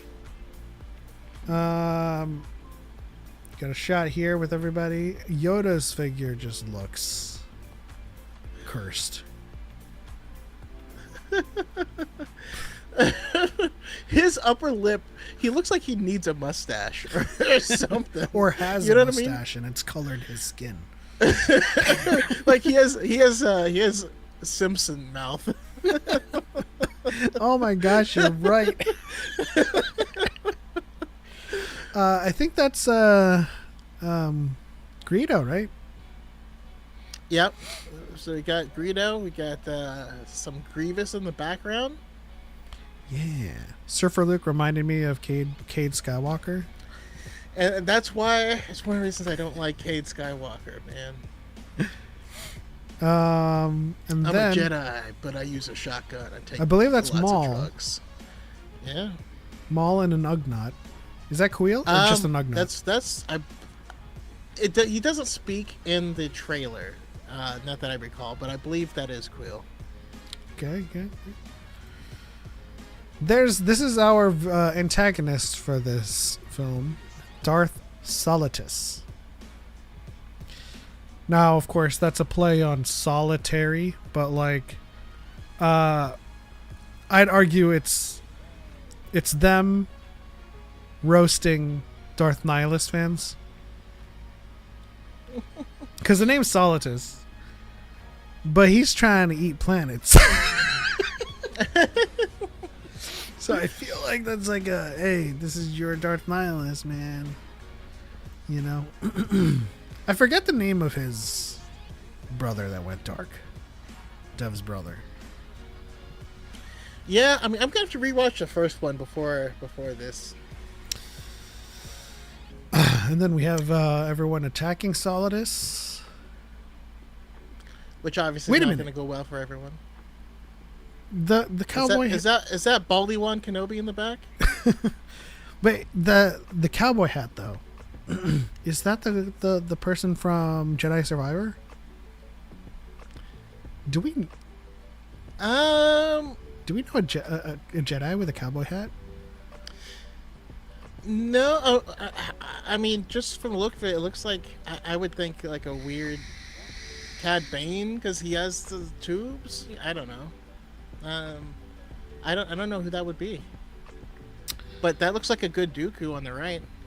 Oh well, it doesn't really matter if it's a Jedi or not because Jabba the Hutt has a lightsaber, the real Jabba the Hutt. Yeah. And then of course our first look at the purple reds. That's Cad Bane. Check the blue hand. Hold on a second. Yeah. Oh yeah. That's what I thought with the tubes and stuff. I thought that was like a curly puffed hairstyle. So we got the purple reds, which is Darth Good call, Revan's lightsabers and his cloak. And he comes down and there's his armor and his mask and everything. So we don't know his larger involvement in this. We just know that the universe is like in shambles, right? And Solidus is trying to destroy it. I don't know why they're using this Ahsoka. It's terrifying. I hate it. I'm sorry. Isn't that like a Minecraft Ahsoka? No, I mean they make those Lego kits, right? That are those big blocky ones. We have one of those for Grogu. That's cuter than that, but she looks like a monster. I mean, at least at the very least, she's being reprised, or Ashley Eckstein's reprising her role. So it's cool that we get to see her. Voice. Yeah, it's cool that we get to see her still involved with Ahsoka, even though she doesn't play her live action counterpart. Solidus with dual purples, which is I would say those are more fuchsia. dual fuchsias. Fuchsias. And then we have. Come on, y'all! Tell me that's not fuchsia. So who we got here? We got Maul. We have Grogu and Din right there in the lower right. We have Grievous. We have C-3PO. We have Kuiil. I think that's. Well, of course, that's either Padme, Amidala. The droid on the left. Is that the Bad Batch's droid? No. I think that's a unique droid for this. Oh, and I think I didn't have a picture of it, but we had Landalorian. Yeah. So it's not Din. It's Grogu and Lando in the shot. But this is a deep cut, and I'm glad that they they acknowledged it in the trailer. It's like, my name is Jackson. You wouldn't know me. I'm a very deep cut. You know, they still keep him around with the Star Wars Adventures comics. But yeah, not a lot of people know about Bugs Bunny of Star Wars. So that's really cool. Which is so weird. I think that's it. Yeah, that's it for the slideshow. But I'm super excited for this. I know this isn't like a very like meaty or beefy kind of segment because we just got the trailer and we know the foundation of the narrative, which is Solidus is kind of absorbing things in their universe and the galaxy, and they're trying to destroy it. And Dev's back at it with the builders trying to stop it from happening. And it's like I said earlier, it's a neat little sandbox that they have access to the toy chest of Star Wars, and they're just gonna roll with it and use anybody and everybody. This is what we need more of. We need.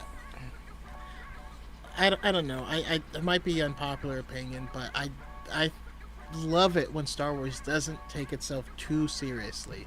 like you have to have both, right? You have to have Andor that does take itself very seriously. It's a very serious subject matter, right? But then we can play around with Legos, you know, we can play around in Visions, and we need to have just fun projects for the sake of fun that you can just enjoy, you know? Yeah, and I also do like the fact that they are building off of the first one, right? So it's not just kind of like this smattering. They're not one-offs. Yeah. Yeah, or a hodgepodge of different Lego stories. Like we actually have a through line with Dev and the builders of this galaxy, and it may not be canon or it may not be in continuity with every other continuity, but it is its own continuity, which will be really cool to kind of keep up with. So now people have their own Darth Jar Jar and their own Darth Ray, like, you know, canons that they can uphold with the Lego universe, which is cool, you know. And it really lets people play around with our own head canons. You know what I mean? Like, yeah. Lots of what ifs play out in the Lego universe as well. Because in the last one, you know, we got Finn as a Jedi, and everybody had that what if, you know. But of course, canonically, we don't have that. We just have him being Force sensitive. Well, hopefully. Yeah, hopefully we'll get it in books or anything. I didn't need it in the trilogy itself. I had a hot take earlier today that was like, Disney ruined Finn, and I was like, that doesn't make any sense. They created him, and he wasn't created to be a Jedi. Like, you can't ruin something because it's not what you assumed it would be, you know? I suppose the more apt description would be that it was a missed opportunity with Finn. I think they squandered that opportunity that I think Rian Johnson was a large part in kind of establishing the foundation for, right? And I that'll be one of my many complaints about The Rise of Skywalker, is because he had a huge foundation to kind of build off of, especially with this fight with Phasma. And they hinted at it, you know. They gave him Janna, and they gave him all the other stormtroopers that mutinied, and so that was a huge kind of like narrative pull for Finn. But they didn't have a push for Finn. After that scene, where it's like, yeah, the rest of us stormtroopers, we didn't believe in anything anymore. And he tells her about his Force sensitivity and stuff. It's like how much this has meant to him and how he found himself. And then the rest of the movie is like, Ray! Ray! You know, so huge missed opportunity. I mean, and it's just again, I just think JJ's not the best person to land a plane. You know, he creates mystery boxes, he creates catalysts, but he doesn't close them, and he doesn't give us the thing. Yeah. Hints around it, he tiptoes up to it, but he'll never give you it. But that's what we need in a finale. But and that's going off a whole another direction. I also think, like, isn't it the case that people said that, like, JJ didn't know how to end Lost? That's what people said, but they knew what their end was going to be for a while. You know what I mean? Like, they just lied about it because everyone and their grandma guessed what the end was going to be. I still have to finish it. I never got into it. I know it was a big phenomenon. I had friends, they'd get together every week and watch it. I watched it up to season 3, and either season 3 or season 4. And I'm not sure how many seasons there are. If there's no season 4, then it was season 3. It was, I forget the name of the actor, but there was a huge revelation with that actor. He's a bald guy. I forget his name. It's been a long time. Yeah. But I I know did you- I did see and hear through the grapevine about like the smoke monster, and that's when I was just like, I don't know if I can like get back into this. I try. Yeah. So I tried. I watched the first episode, and then like, and my problem is I couldn't watch it because I worked evenings, and then like I would hear stuff, and then I would see like a random piece, and just by virtue of seeing these pieces, really turned me off to the show because I'm like, okay, there's a smoke monster, and then the next thing I see is there's someone turning a wheel, and then the island disappears, and I was like, so they moved the island? They're like, yeah, but it jumped sideways through time. And I was like, okay. Don't tell me what it is then. Whatever. Yeah. I think its spiritual successor, which I hugely got into, and it got saved by Netflix, is Manifest. I got into the first two seasons. I think it came back because the first two seasons were canceled by the TV network, and Netflix picked up another season and saved it. So I haven't watched the most recent one, but essentially, are you familiar with Manifest? No. So a bunch of people take a flight, and they go through turbulence, and there's an emergency landing. But when they land, all of their families have grown old and grown up, and so they literally kind of vortexed through time. And so the rest of the show is those survivors of that plane trying to figure out where they went and how they skipped. I forget how much time that elapsed, but they skipped through time, and at least by the time that but with the seasons that I watched and didn't keep up, they hadn't solved it yet. So I'm interested. I definitely think you should check that out. In addition to Killer of Killers, Yeah. No, I definitely will. That sounds interesting. would you also be down to watch Predator, Alien versus Predator Requiem tomorrow? I mean, or something. I'm down to watch it. I am gonna have a very busy weekend of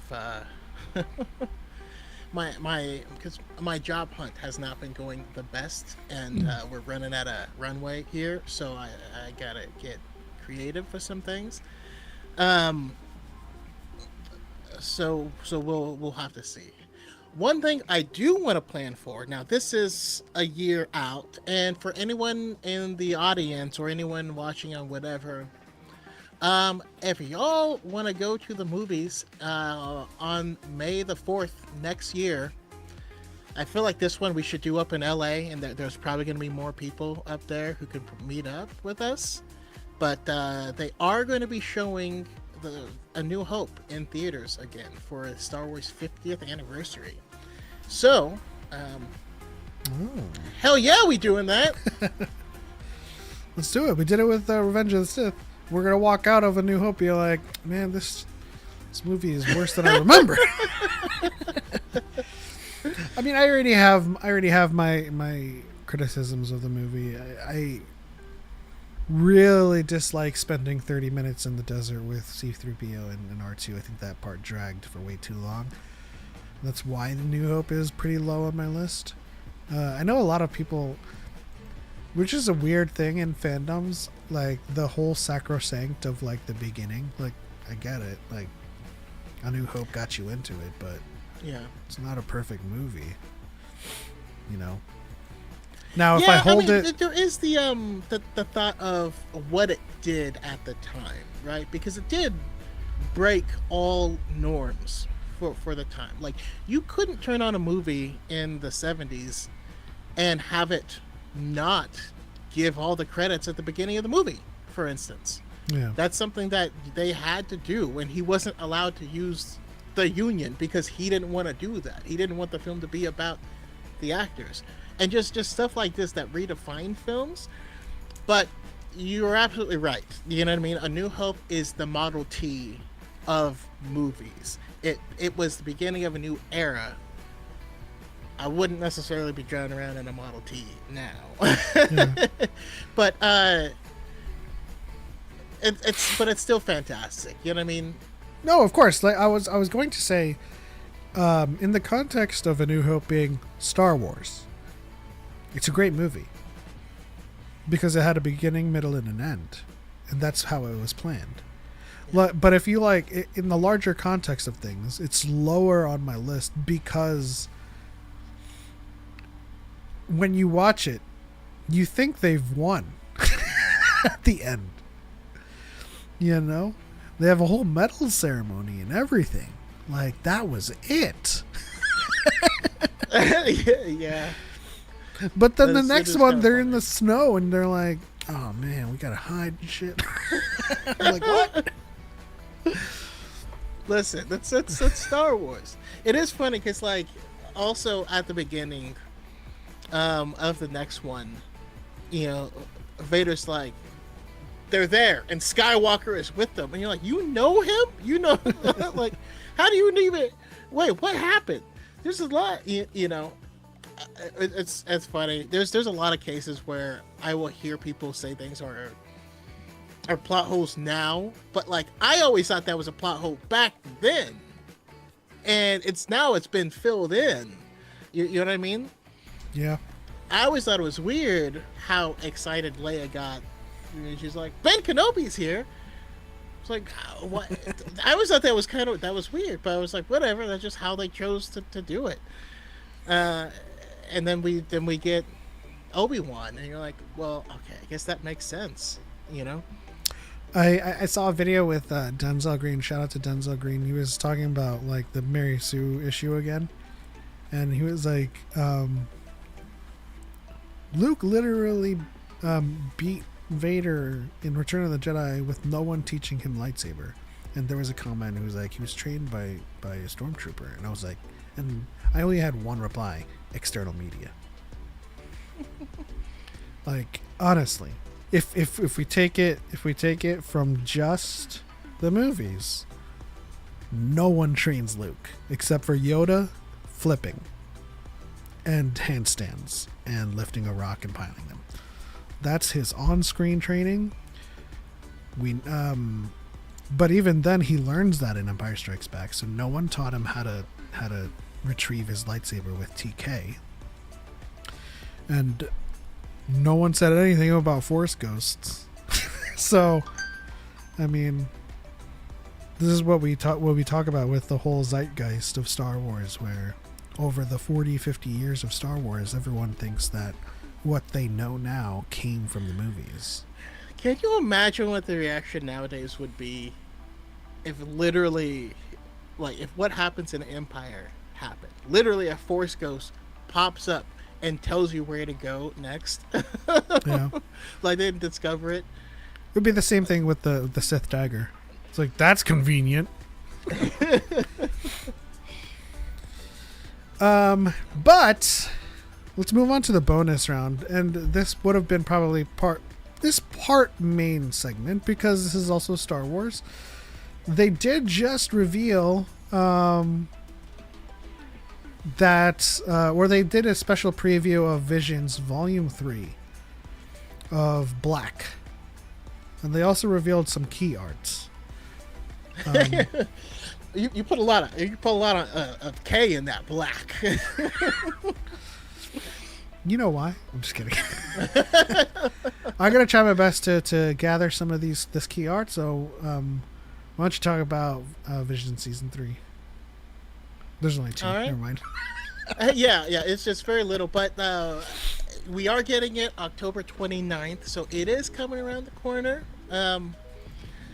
Maybe there'll be some more horror themed ones, you know, for y'all's Halloween release. And some of these images in the background are gorgeous, especially the one of our Queen F. Anyways, yeah, they're just showing us some previews of what we can see. One of the short stories called Black. So this is the key art that we got from the post. But is that what you're talking about? I don't see F. No, no. In the art at the very top of this of the Oh, announcement. gotcha. I'll add that. But what do we see right now? Where am I thinking? We see.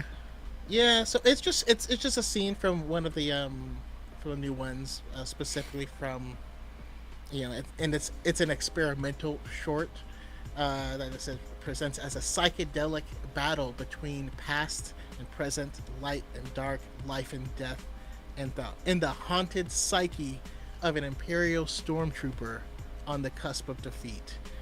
That is a lot of stuff. It is. It is. Okay, so these are scenes from Black. And then there's a key art for Visions Volume 3. Okay, we do have Ronin in there. But specifically on the right-hand side, we see F with the yellow circle, and we see someone behind her with the pink circle on their lights, around their lights. Yeah. And that just looks really freaking cool. I'm just excited for that. Of course, above her. But we also got Ninth Jedi. Ninth Jedi. Some Ninth Jedi love. Wait, the middle also has F? Yep. Okay. Hopefully, our girl Karen Fukuhara is going to be reprising her role as F. And it looks like we're getting like You might know her from The Boys. Oh, is she the Or one that Suicide heals? Squad. Yeah. I see an astromech at the very bottom with what appears to be a pilot. And I feel like the two stormtroopers on the left, that's like part of Black. The psyche, like the psychedelic psyche of a stormtrooper. Definitely. I'm really interested in F story. Who's that little bear? It's like a little bear with a cape. I don't know. And there's like an angry robot. Kuma. That's Kuma in the. But there's also on the bottom. Looks like a Jedi With the hat. with like a kimono. Yeah. Or like a half kimono. Which is interesting. I know a lot. So what I'm noticing that is a lot of this is very anime, Yes. which I have nothing against. They lean heavily into it. What I want to know is, and maybe F it is gonna has put been. her Crocs in sport mode again. I want to know if they said anything about the continuation of Lapin Ocho. They have not. That one had some legs, man, I agree. and we had no conclusion. Well, we had a conclusion on the main plot, but like there was no closure for Ocho. But interesting. The Star Wars Visions Volume 3 comes out October 29th. So we have something to look forward to next month. Anything in the September? Demon Slayer? It was like Castle? Infinity Castle, yeah. What's funny is I actually didn't finish the season that led up to it, so I finally finished that yesterday. And you were like, holy I have shit. to say, that explosion is the best animated thing I've ever seen. It is insane. It is gorgeous. I watched it like 3 times. I was just like, oh man. But your blood was pumping when you thought, I'm not going to spoil it for anyone in the chat, but you thought, and they all dropped, and then like I was like, oh, this whole setting is going to be the next season, and then they announced the movie. I was like, of course it's going to be a movie. We got to start planning for that too, because I mean, are they going to kill Michael Jackson? I don't know. We'll have to see. I do. Yes, if you didn't know, the main villain of Demon Slayer is Michael Jackson. Look it up. I mean, he is a smooth criminal for sure. What's funny is that it's almost MJ, right? Because Muzan. That'd be funny if it was like Jibutsuji instead of Kibutsuji. Jibutsuji Muzan. But yeah, we're gonna start planning that one because I remember our outing to see Solo Leveling. That was a banger of a film, and we got to see the first two episodes of the next season, so that was cool. I'm wondering if they're going to conclude this in the movie, or if it's going to be like this large battle that we get to see the first 2 episodes of the next season. I mean, I'm hoping what they did before. I'm hoping we get a movie, you can watch the movie, and you're happy, you're done with it. Yeah. Or the next season is going to be the elongated version if you want to see the different people's backstories and all this other stuff. I think a lot of animes have done that pretty well, where they've been able to repurpose the same thing for 2 different things and do it well.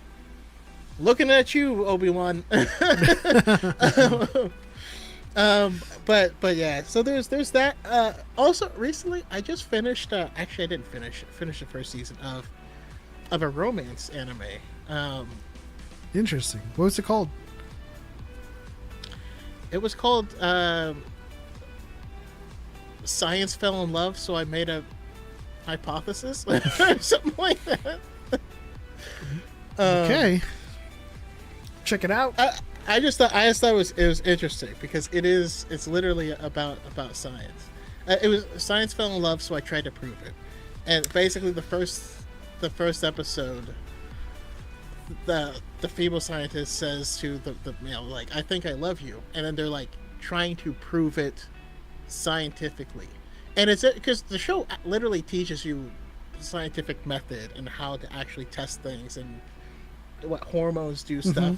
And it's just interesting how they're always breaking things down, but they still have a storyline, they still have characters with character development, but they're literally going through and, like, you know, they're trying to figure out, okay, well, what exactly is the most optimal romantic moment? And so they're trying to build equations to be like, okay, so the decibels in the area has to be lower than this, and there has to be like eye contact for this period of time, with hopefully dimming light. But like if light goes too dim, then it becomes a negative because there's no visibility. And if if you make eye contact for too long, it becomes awkward, which then becomes a negative. And they're literally making mathematical equations to prove this stuff. And it was just cute and funny. Sounds interesting. Pass on. I'll definitely check it out. I do have a K-drama for to recommend to you and your wife. I don't know if you guys have seen it already, but it's called My Demon. It's on the list. That's definitely on the list. And the reason I recommend it now, because it is a year old, it's always been on my list, but I started watching it, is because K-pop Demon Hunters. It is a demon romance, and what I found out watching the first episode is that he calls himself Ma Gui. And of course, the antagonist for K-pop Demon Hunters is Gui Ma. So, you know, essentially the antagonist for K-pop Demon Hunters is like a play on the word for demon, which is Ma Gui. So that was cool. I was like, dang, this was K-pop Demon Hunters before K-pop Demon Hunters.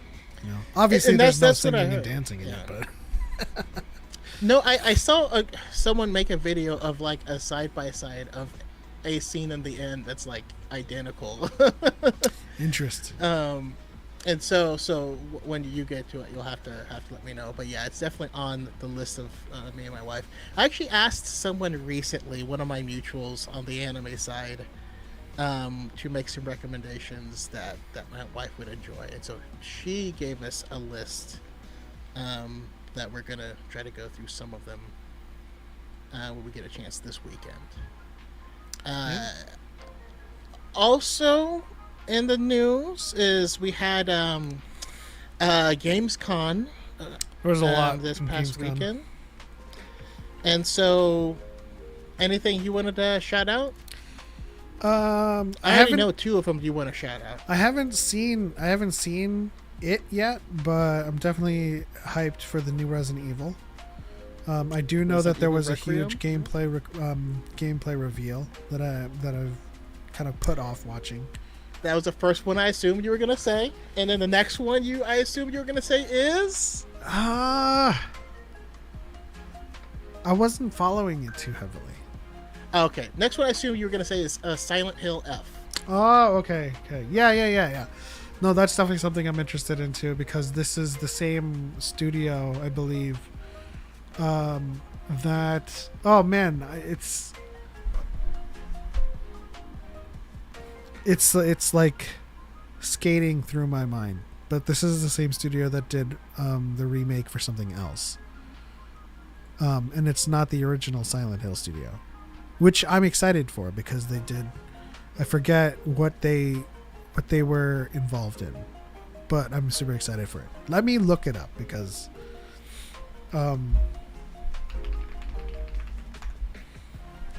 I'll know immediately.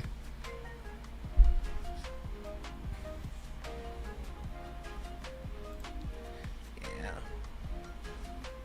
And then just random while you're looking it up, previously in the chat we had Phineas McCormick say, "I wish we had got Phasma as badass as she was in her novel." Which is funny because last week we actually got some hate for her novel, but no, she was definitely a badass in that novel. An absolute survivor, someone who was willing to, I mean, mess up her own brother for survival, you know. Yeah. Okay. They worked on Resident Evil. Okay. Yeah. So It looks cool. good. Phineas McCormick says that Lego Batman game looks pretty good, which, yeah, that was actually kind of a surprise for me with how good it looked. It's Lego Batman Legacy of the Dark Knight.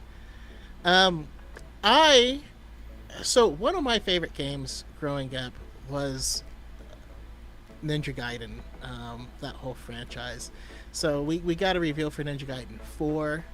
But also, since that game, I have always loved just the fast-paced games where you're dodging and stuff like that. Not Souls-like, right? But more Devil May Cry. but not Devil May Cry either. Although, okay, I will be clear. Some people will call it Souls-like, even though it's not. Just because it's really, you fight a lot of bosses. But I feel like we're getting a lot of games in that same vein, which makes me happy. So, also Bayonetta? we're getting Onimusha. Yeah. Way of the Sword that's coming out. There is going to be a Black Myth Black Myth Zonki. That's coming out. That's similar. We have a Phantom Blade. I'm really excited about that. I don't know why, but I feel like the Chinese are just doing big stuff right now. You know what I mean? They are. That game looks like it's killing it. Because the American industry just completely sucks. and is in shambles. Shambles.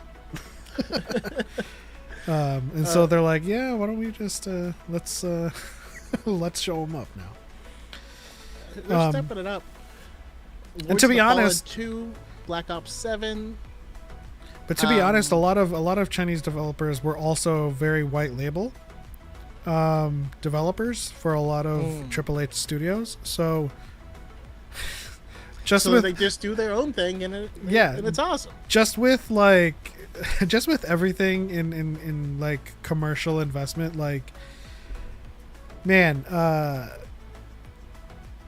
they would do so much manufacturing for Apple and Google and Motorola that they were like, let's make Xiaomi and Huawei and let's make our own phones, and they make great phones, right? So like they start the electric vehicle craze in China. Tesla makes waves in the West. And they're like, so there is a market for this. So they start BYD, and all of these luxury brand EVs come out, and BYD is all over in China. You know? And so with like doing outsourced white label development for AAA studios, they were like, okay, we made enough money off of this property. Let's make our own. And I think that's what's happening. I agree. I also would argue, and I don't know this for a fact, this is just the feeling I get from it, is it feels like there's less of a studio greed issue. You know what I mean? Like, it feels more like they put the money into the product than it is into. So there's just so many things where they've been able to do it a lot cheaper and faster and better at the same time. And you're like, how is that possible? And it's like, oh, if you don't pay your CEO several $1 billion, there's a lot more money to go around. Other things. Yeah, I don't want to make any assumptions either, but I have heard stories from people, friends in the industry that. So one of my friends actually worked for Hoyoverse, which is Genshin Impact. Made squat. So they're still relatively they still get paid good compared to like being a smartphone sweatshop worker. But if you compare like a senior engineer, software engineer, for like a big AAA studio in the West, typically that's like 120. Oh. Well, like senior 120, and then like principal and lead would be up to 200 plus. That would be like a 70K salary, right? And so you're thinking about the junior and the mid-level associates at a game studio in China. They'd probably be making like teacher salary here. Gotcha. So they're still paid well, relatively, considering the cost of living in China comparatively, but they're definitely not paid the grapes that seniors and leads get paid in America. Yeah. No, it's just been interesting because like in a lot of things, yeah, they've been interesting, but I'm mostly sorry. One of the biggest things I'm excited for though is Outer Worlds 2. I don't know if you played the first one. Didn't we try? No, I don't think so. Let me look this up because I think I tried. Oh, never mind. I was totally thinking of something else. But yeah, Outer Worlds 2 is going to be fun. Like, because the game itself is just very... It's fun, it's lighthearted, it's like an extreme version of capitalism that's like really funny. Where like they literally own you as you are shipped into space and stuff. Vampire the Masquerade Bloodlines 2. That's something we're playing. Did I say Ghost of Yotei? You didn't, but that's been on our radar for a while. But we are playing it. If we're talking about like missing gaming together, we're gonna play Masquerade. I believe it's multiplayer. Well, I'm definitely down for it. And Lords of the Fallen 2. I didn't play the first one.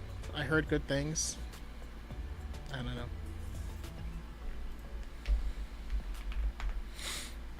Lords of the Fallen? Yeah, I tried. I think I have it in my Not a fan of library, the light mechanic of Another Realm. Something I know that you would absolutely enjoy, but have been turned away from simply because of a rodent problem. I really think you should play a Plague Tale series. That game series is a narrative gem.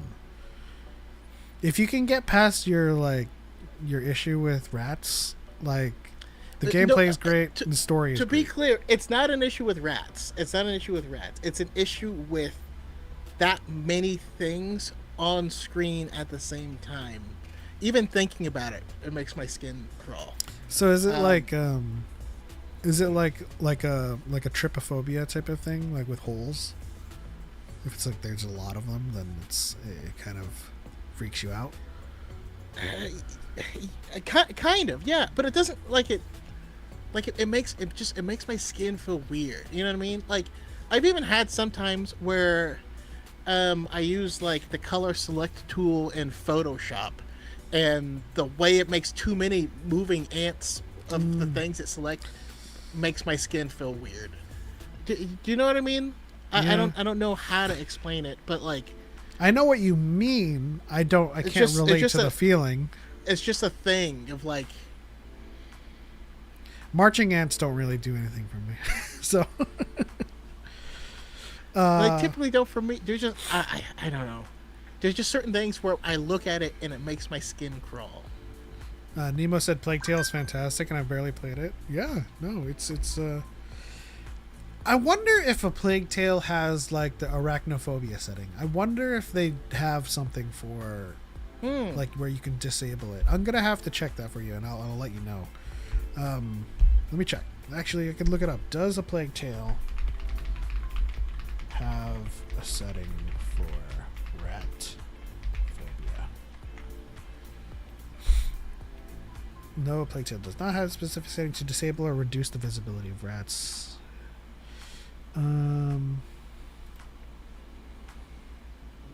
Yeah, I get it. It's integral to the game. You know, I was it's called musophobia.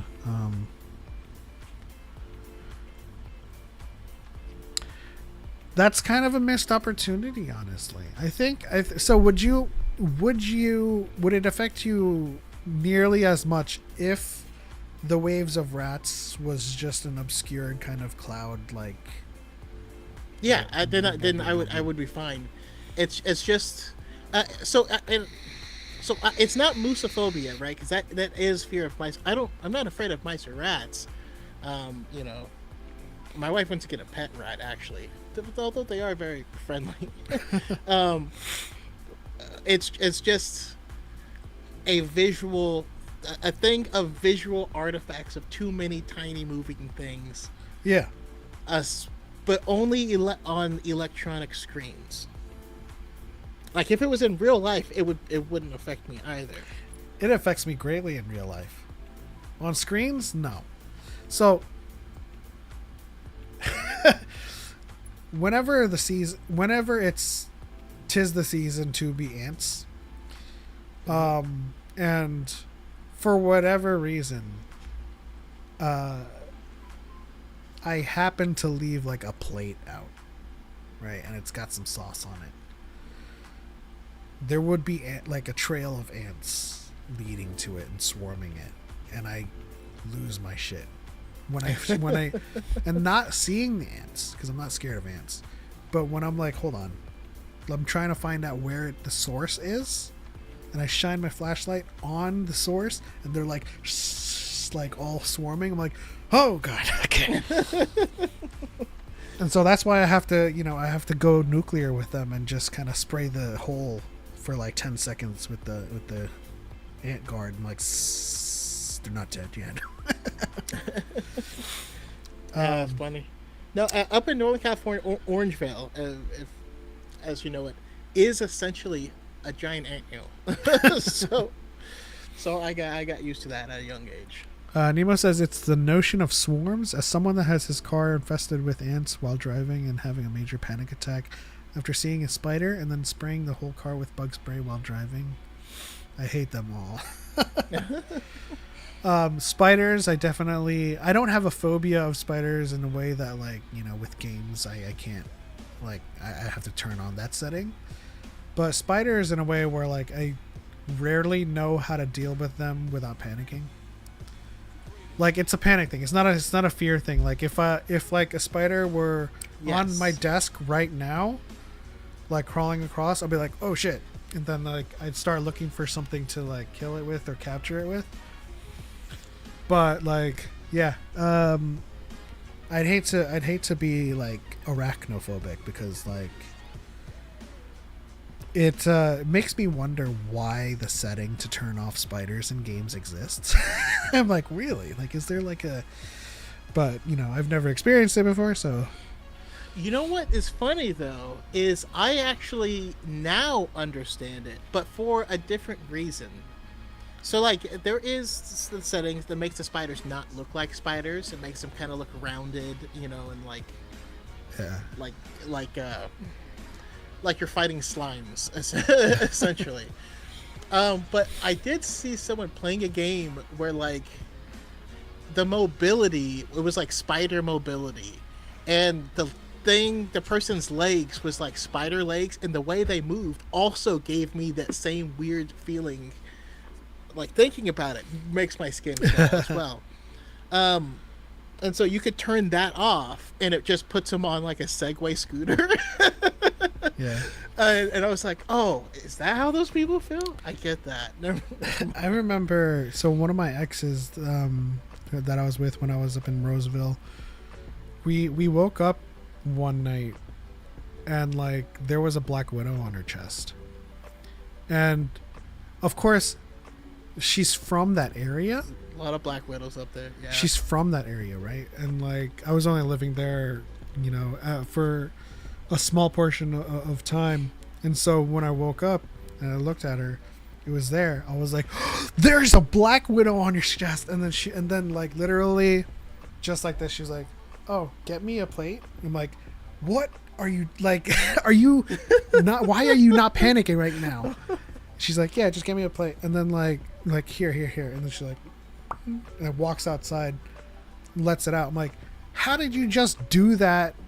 Like all calm and shit. And the reason I tell that story is because Nemo is in the chat with like, you know, he has a heart attack with a spider. Yeah, no, I die. I cannot handle. Okay, so I was panicking because like, you know, threat of death. I mean, it's a fair thing to panic. Yeah. Oh, Nemo, this would kill you. So another time, also up in Roseville. Yeah, it was spider time, and so they had apparently laid a bunch of eggs. There's people that will go around and they'll spray for spiders.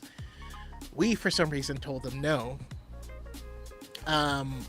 But if, you know, they spray your neighbor over there and your neighbor over there, where do the spiders go? Okay, so Nemo said muting because I heard eggs. That is a freaky scene. We're watching TV, and then all of a sudden there's like stuff, and we're like, what's happening? The spiders had laid eggs, and then they hatched, and then they make little parachutes, and so there's a bunch of baby spiders in webs floating across our living room. Holy shit! That would freak me out. I was out of there real quick. It didn't freak me out for like phobia reasons, but I thought my mom was going to die.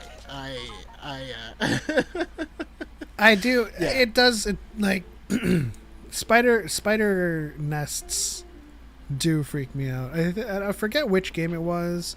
It might have been Days Gone or some other game, but it was a zombie game. And there would be zombies that had like spider eggs on them. And if you shot them, like all the spiders go. So that freaked me out several times. It's the creepy crawly nature of them. I'm not really scared of them. I can handle them. I will panic if it's next to me because obviously I don't want to touch it or anything, but I can now I can explain it. So imagine, and this is not to freak you out, Nemo. Every time but I watch Spider-Man, I'm a imagine how you would feel if you had a ton of those spiders running across your skin. Is how I feel when I visually see too many artifacts on a screen. It feels like thousands of spiders running across my skin. That's what I feel inside, and so that's why I can't play those games. I feel like that was a huge ask for Nemo. Imagine spiders crawling over your skin. I'm sorry. I love you, buddy. Okay, but for in all fairness, my thing is bumblebees. I can't handle bumblebees. I don't know why. I am terrified of them. I have almost died. I've literally had to fight with myself to not throw myself into oncoming traffic because there was a bush that was full of them that I didn't notice until I was right next to the bush, and my body started to just freak out and be taken away. And there's traffic, and I'm like, don't jump in the traffic, and I just had to pray that whatever little man was driving my body at that time wouldn't kill me. Like, it wasn't me in control. Yeah, it's so for me, it's the same thing with spiders, with bees. It's the panic comes from the threat of a sting or the threat of an attack. So do you remember when we went to like a I feel that name out. Do you remember when we went to a barbecue with at St. Pat's house, and there was a bee that was following me around? I was just like, oh my gosh, fucking leave me alone. It's just, and I think I was wearing like a sandalwood clone, but I don't know. That's unproven science. But it was following me around. Like, if I had an ungodly fear of them, I would probably be like flailing my arms and agitating it at the same time and running.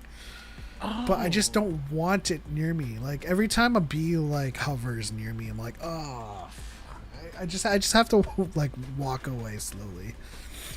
See, that's the is I'm not bothered by bees, and I'm not bothered by wasps. It's bumblebees specifically. Is it like the large black body? It's they're large and they're fuzzy and they can't control themselves, but I feel like there's like a certain that's common with all these things, is there's a certain sensation of like a weird type of fuzz thing on my skin that I can't handle. Yeah. But yeah. It's funny though, because like wasps and bees are infinitely more aggressive and worse. Dangerous than a bumblebee. Yeah. I was talking on the phone once, and a wasp just stuck in my neck. And I was like, the hell? I didn't even do anything to you. I beat his ass, but... I kid you not, when my car was ant infested, I 100,000% thought about intentionally crashing because the fear was taking over. I just hate because I distinctly remember a time where I wasn't scared of bugs. Yeah, I've never been scared of bugs, but I don't like touching them. Like, I remember like back in my old neighborhood in New Jersey, I had a friend that loved collecting bugs, right? And he put the cockroach on my hand, and I was like, this doesn't feel good. Get it off me. And I had imagined it'd be the same feeling with a spider. Now, if I were with like if I were with like a cryptozoologist, is it a cryptozoologist? Cryptids, right? Or no, cryptids are No, cryptozoologists are like find living dinosaurs and stuff. Bigfoots and stuff. Yeah. What are the insectologists called? I don't know. If I were in the room with one of the experts and they wanted to put a tarantula on my hand, I would be able to do that because I know that they have, they have removed the mandibles and they have prevented it or like taken measures to make it, docile. I couldn't do that out in the wild if I saw a tarantula nest and I was like, come here, boy, But like in an environment that has been kind of quote unquote neutered to for that purpose, I can do that. I'm not scared of spiders in that way. In the same way that I would kind of wrestle with a lion if I knew that it was a tame and domesticated lion that was raised in captivity. I mean, I wouldn't do that, not out of fear, but because I'm black. Be like, hell no. Well, these are extremes. I'm trying to paint the picture that like it's only the threat of immediate attack or harm that makes me panic with these insects and stuff. Now, I used to live in an area where nearby there was a tree called a box elder tree. Now, there's a bug called a box elder bug. I don't know if you've ever seen them, but it's one of the reasons I'm not afraid of like large quantities of bugs, because there are so many. Like, there'd be like a piece of wood on the ground and you turn it over and the entire back is just covered. Like, there's no wood showing. You know what? I'm gonna send you a picture. Oh, you want me to display it and get Nemo to participate in the freakery? Nemo says someone brought a frozen tarantula as a show and tell. I ran across the room. I mean, yeah. I suppose you have arachnophobia because like a frozen tarantula or dead insects don't really do much for me. I thought this entire picture was one bug. I was like, what the? Sent my pareidolia. I thought it was like a face.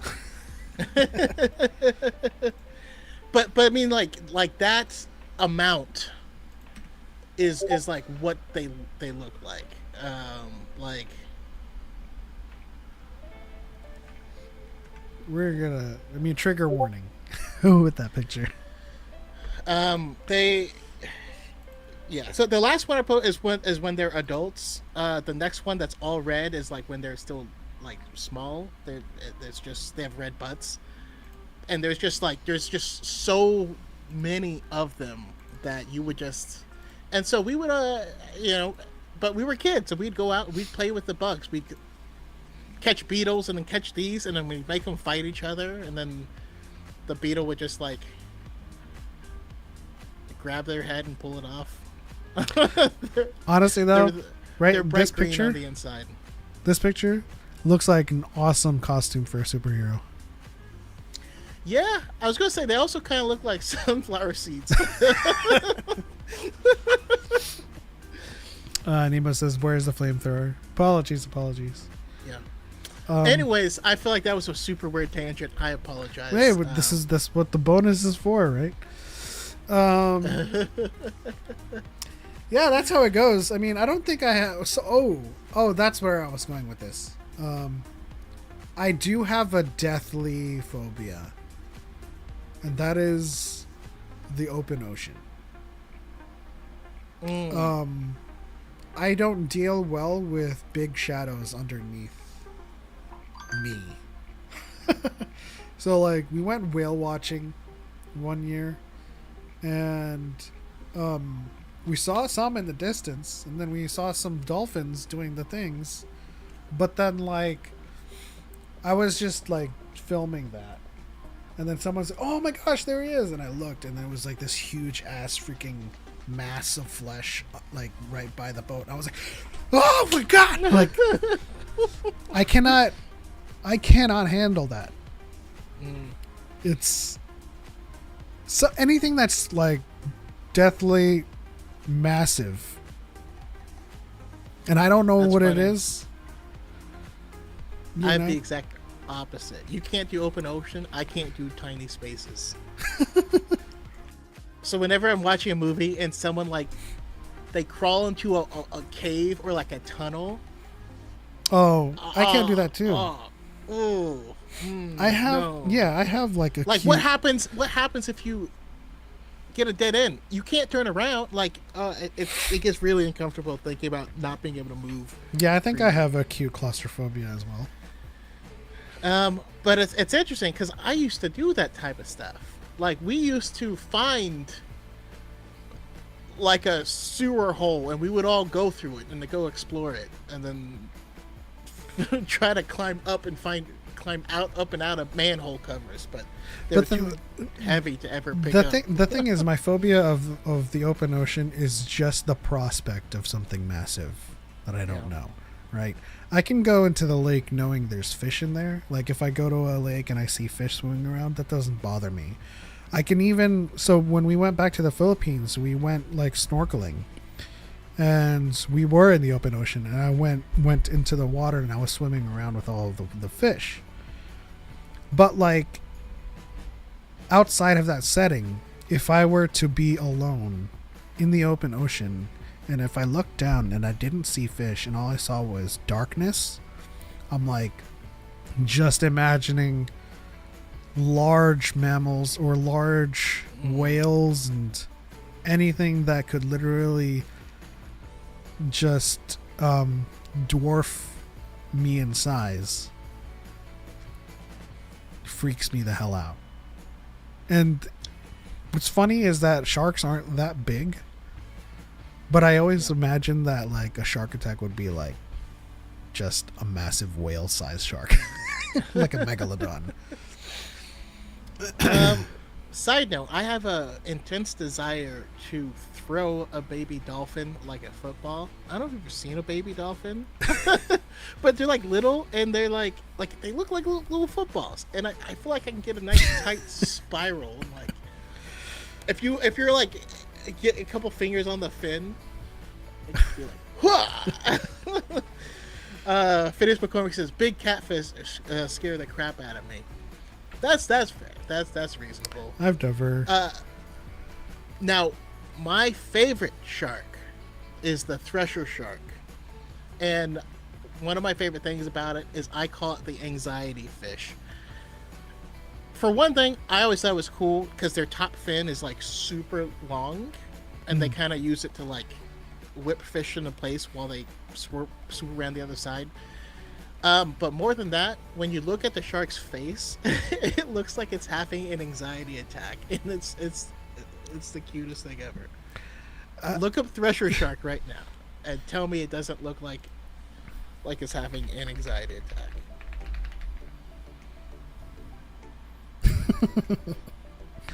Yeah, like it's just perpetually scared. It's like, oh no. What are you doing? I'll put this image up because it's pretty fantastic. It actually eases my mind. Yeah, my favorite aquatic animal is the thresher shark, as you will see shortly.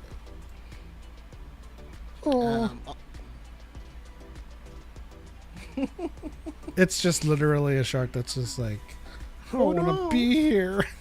Oh. That's so Hey, cute. what is up, Chase? How you doing? Look at him. Yeah. Big snapping turtles. You know, when I was in Hawaii, you're not allowed to touch the turtles. We went to Turtle Town. But the turtles kept trying to touch me. And so I keep getting yelled at. But the turtles are like chasing me. It was terrible. Yeah. They were telling me it's like a $20,000 fine if I touch the turtle. I'm like, but what if he touches me?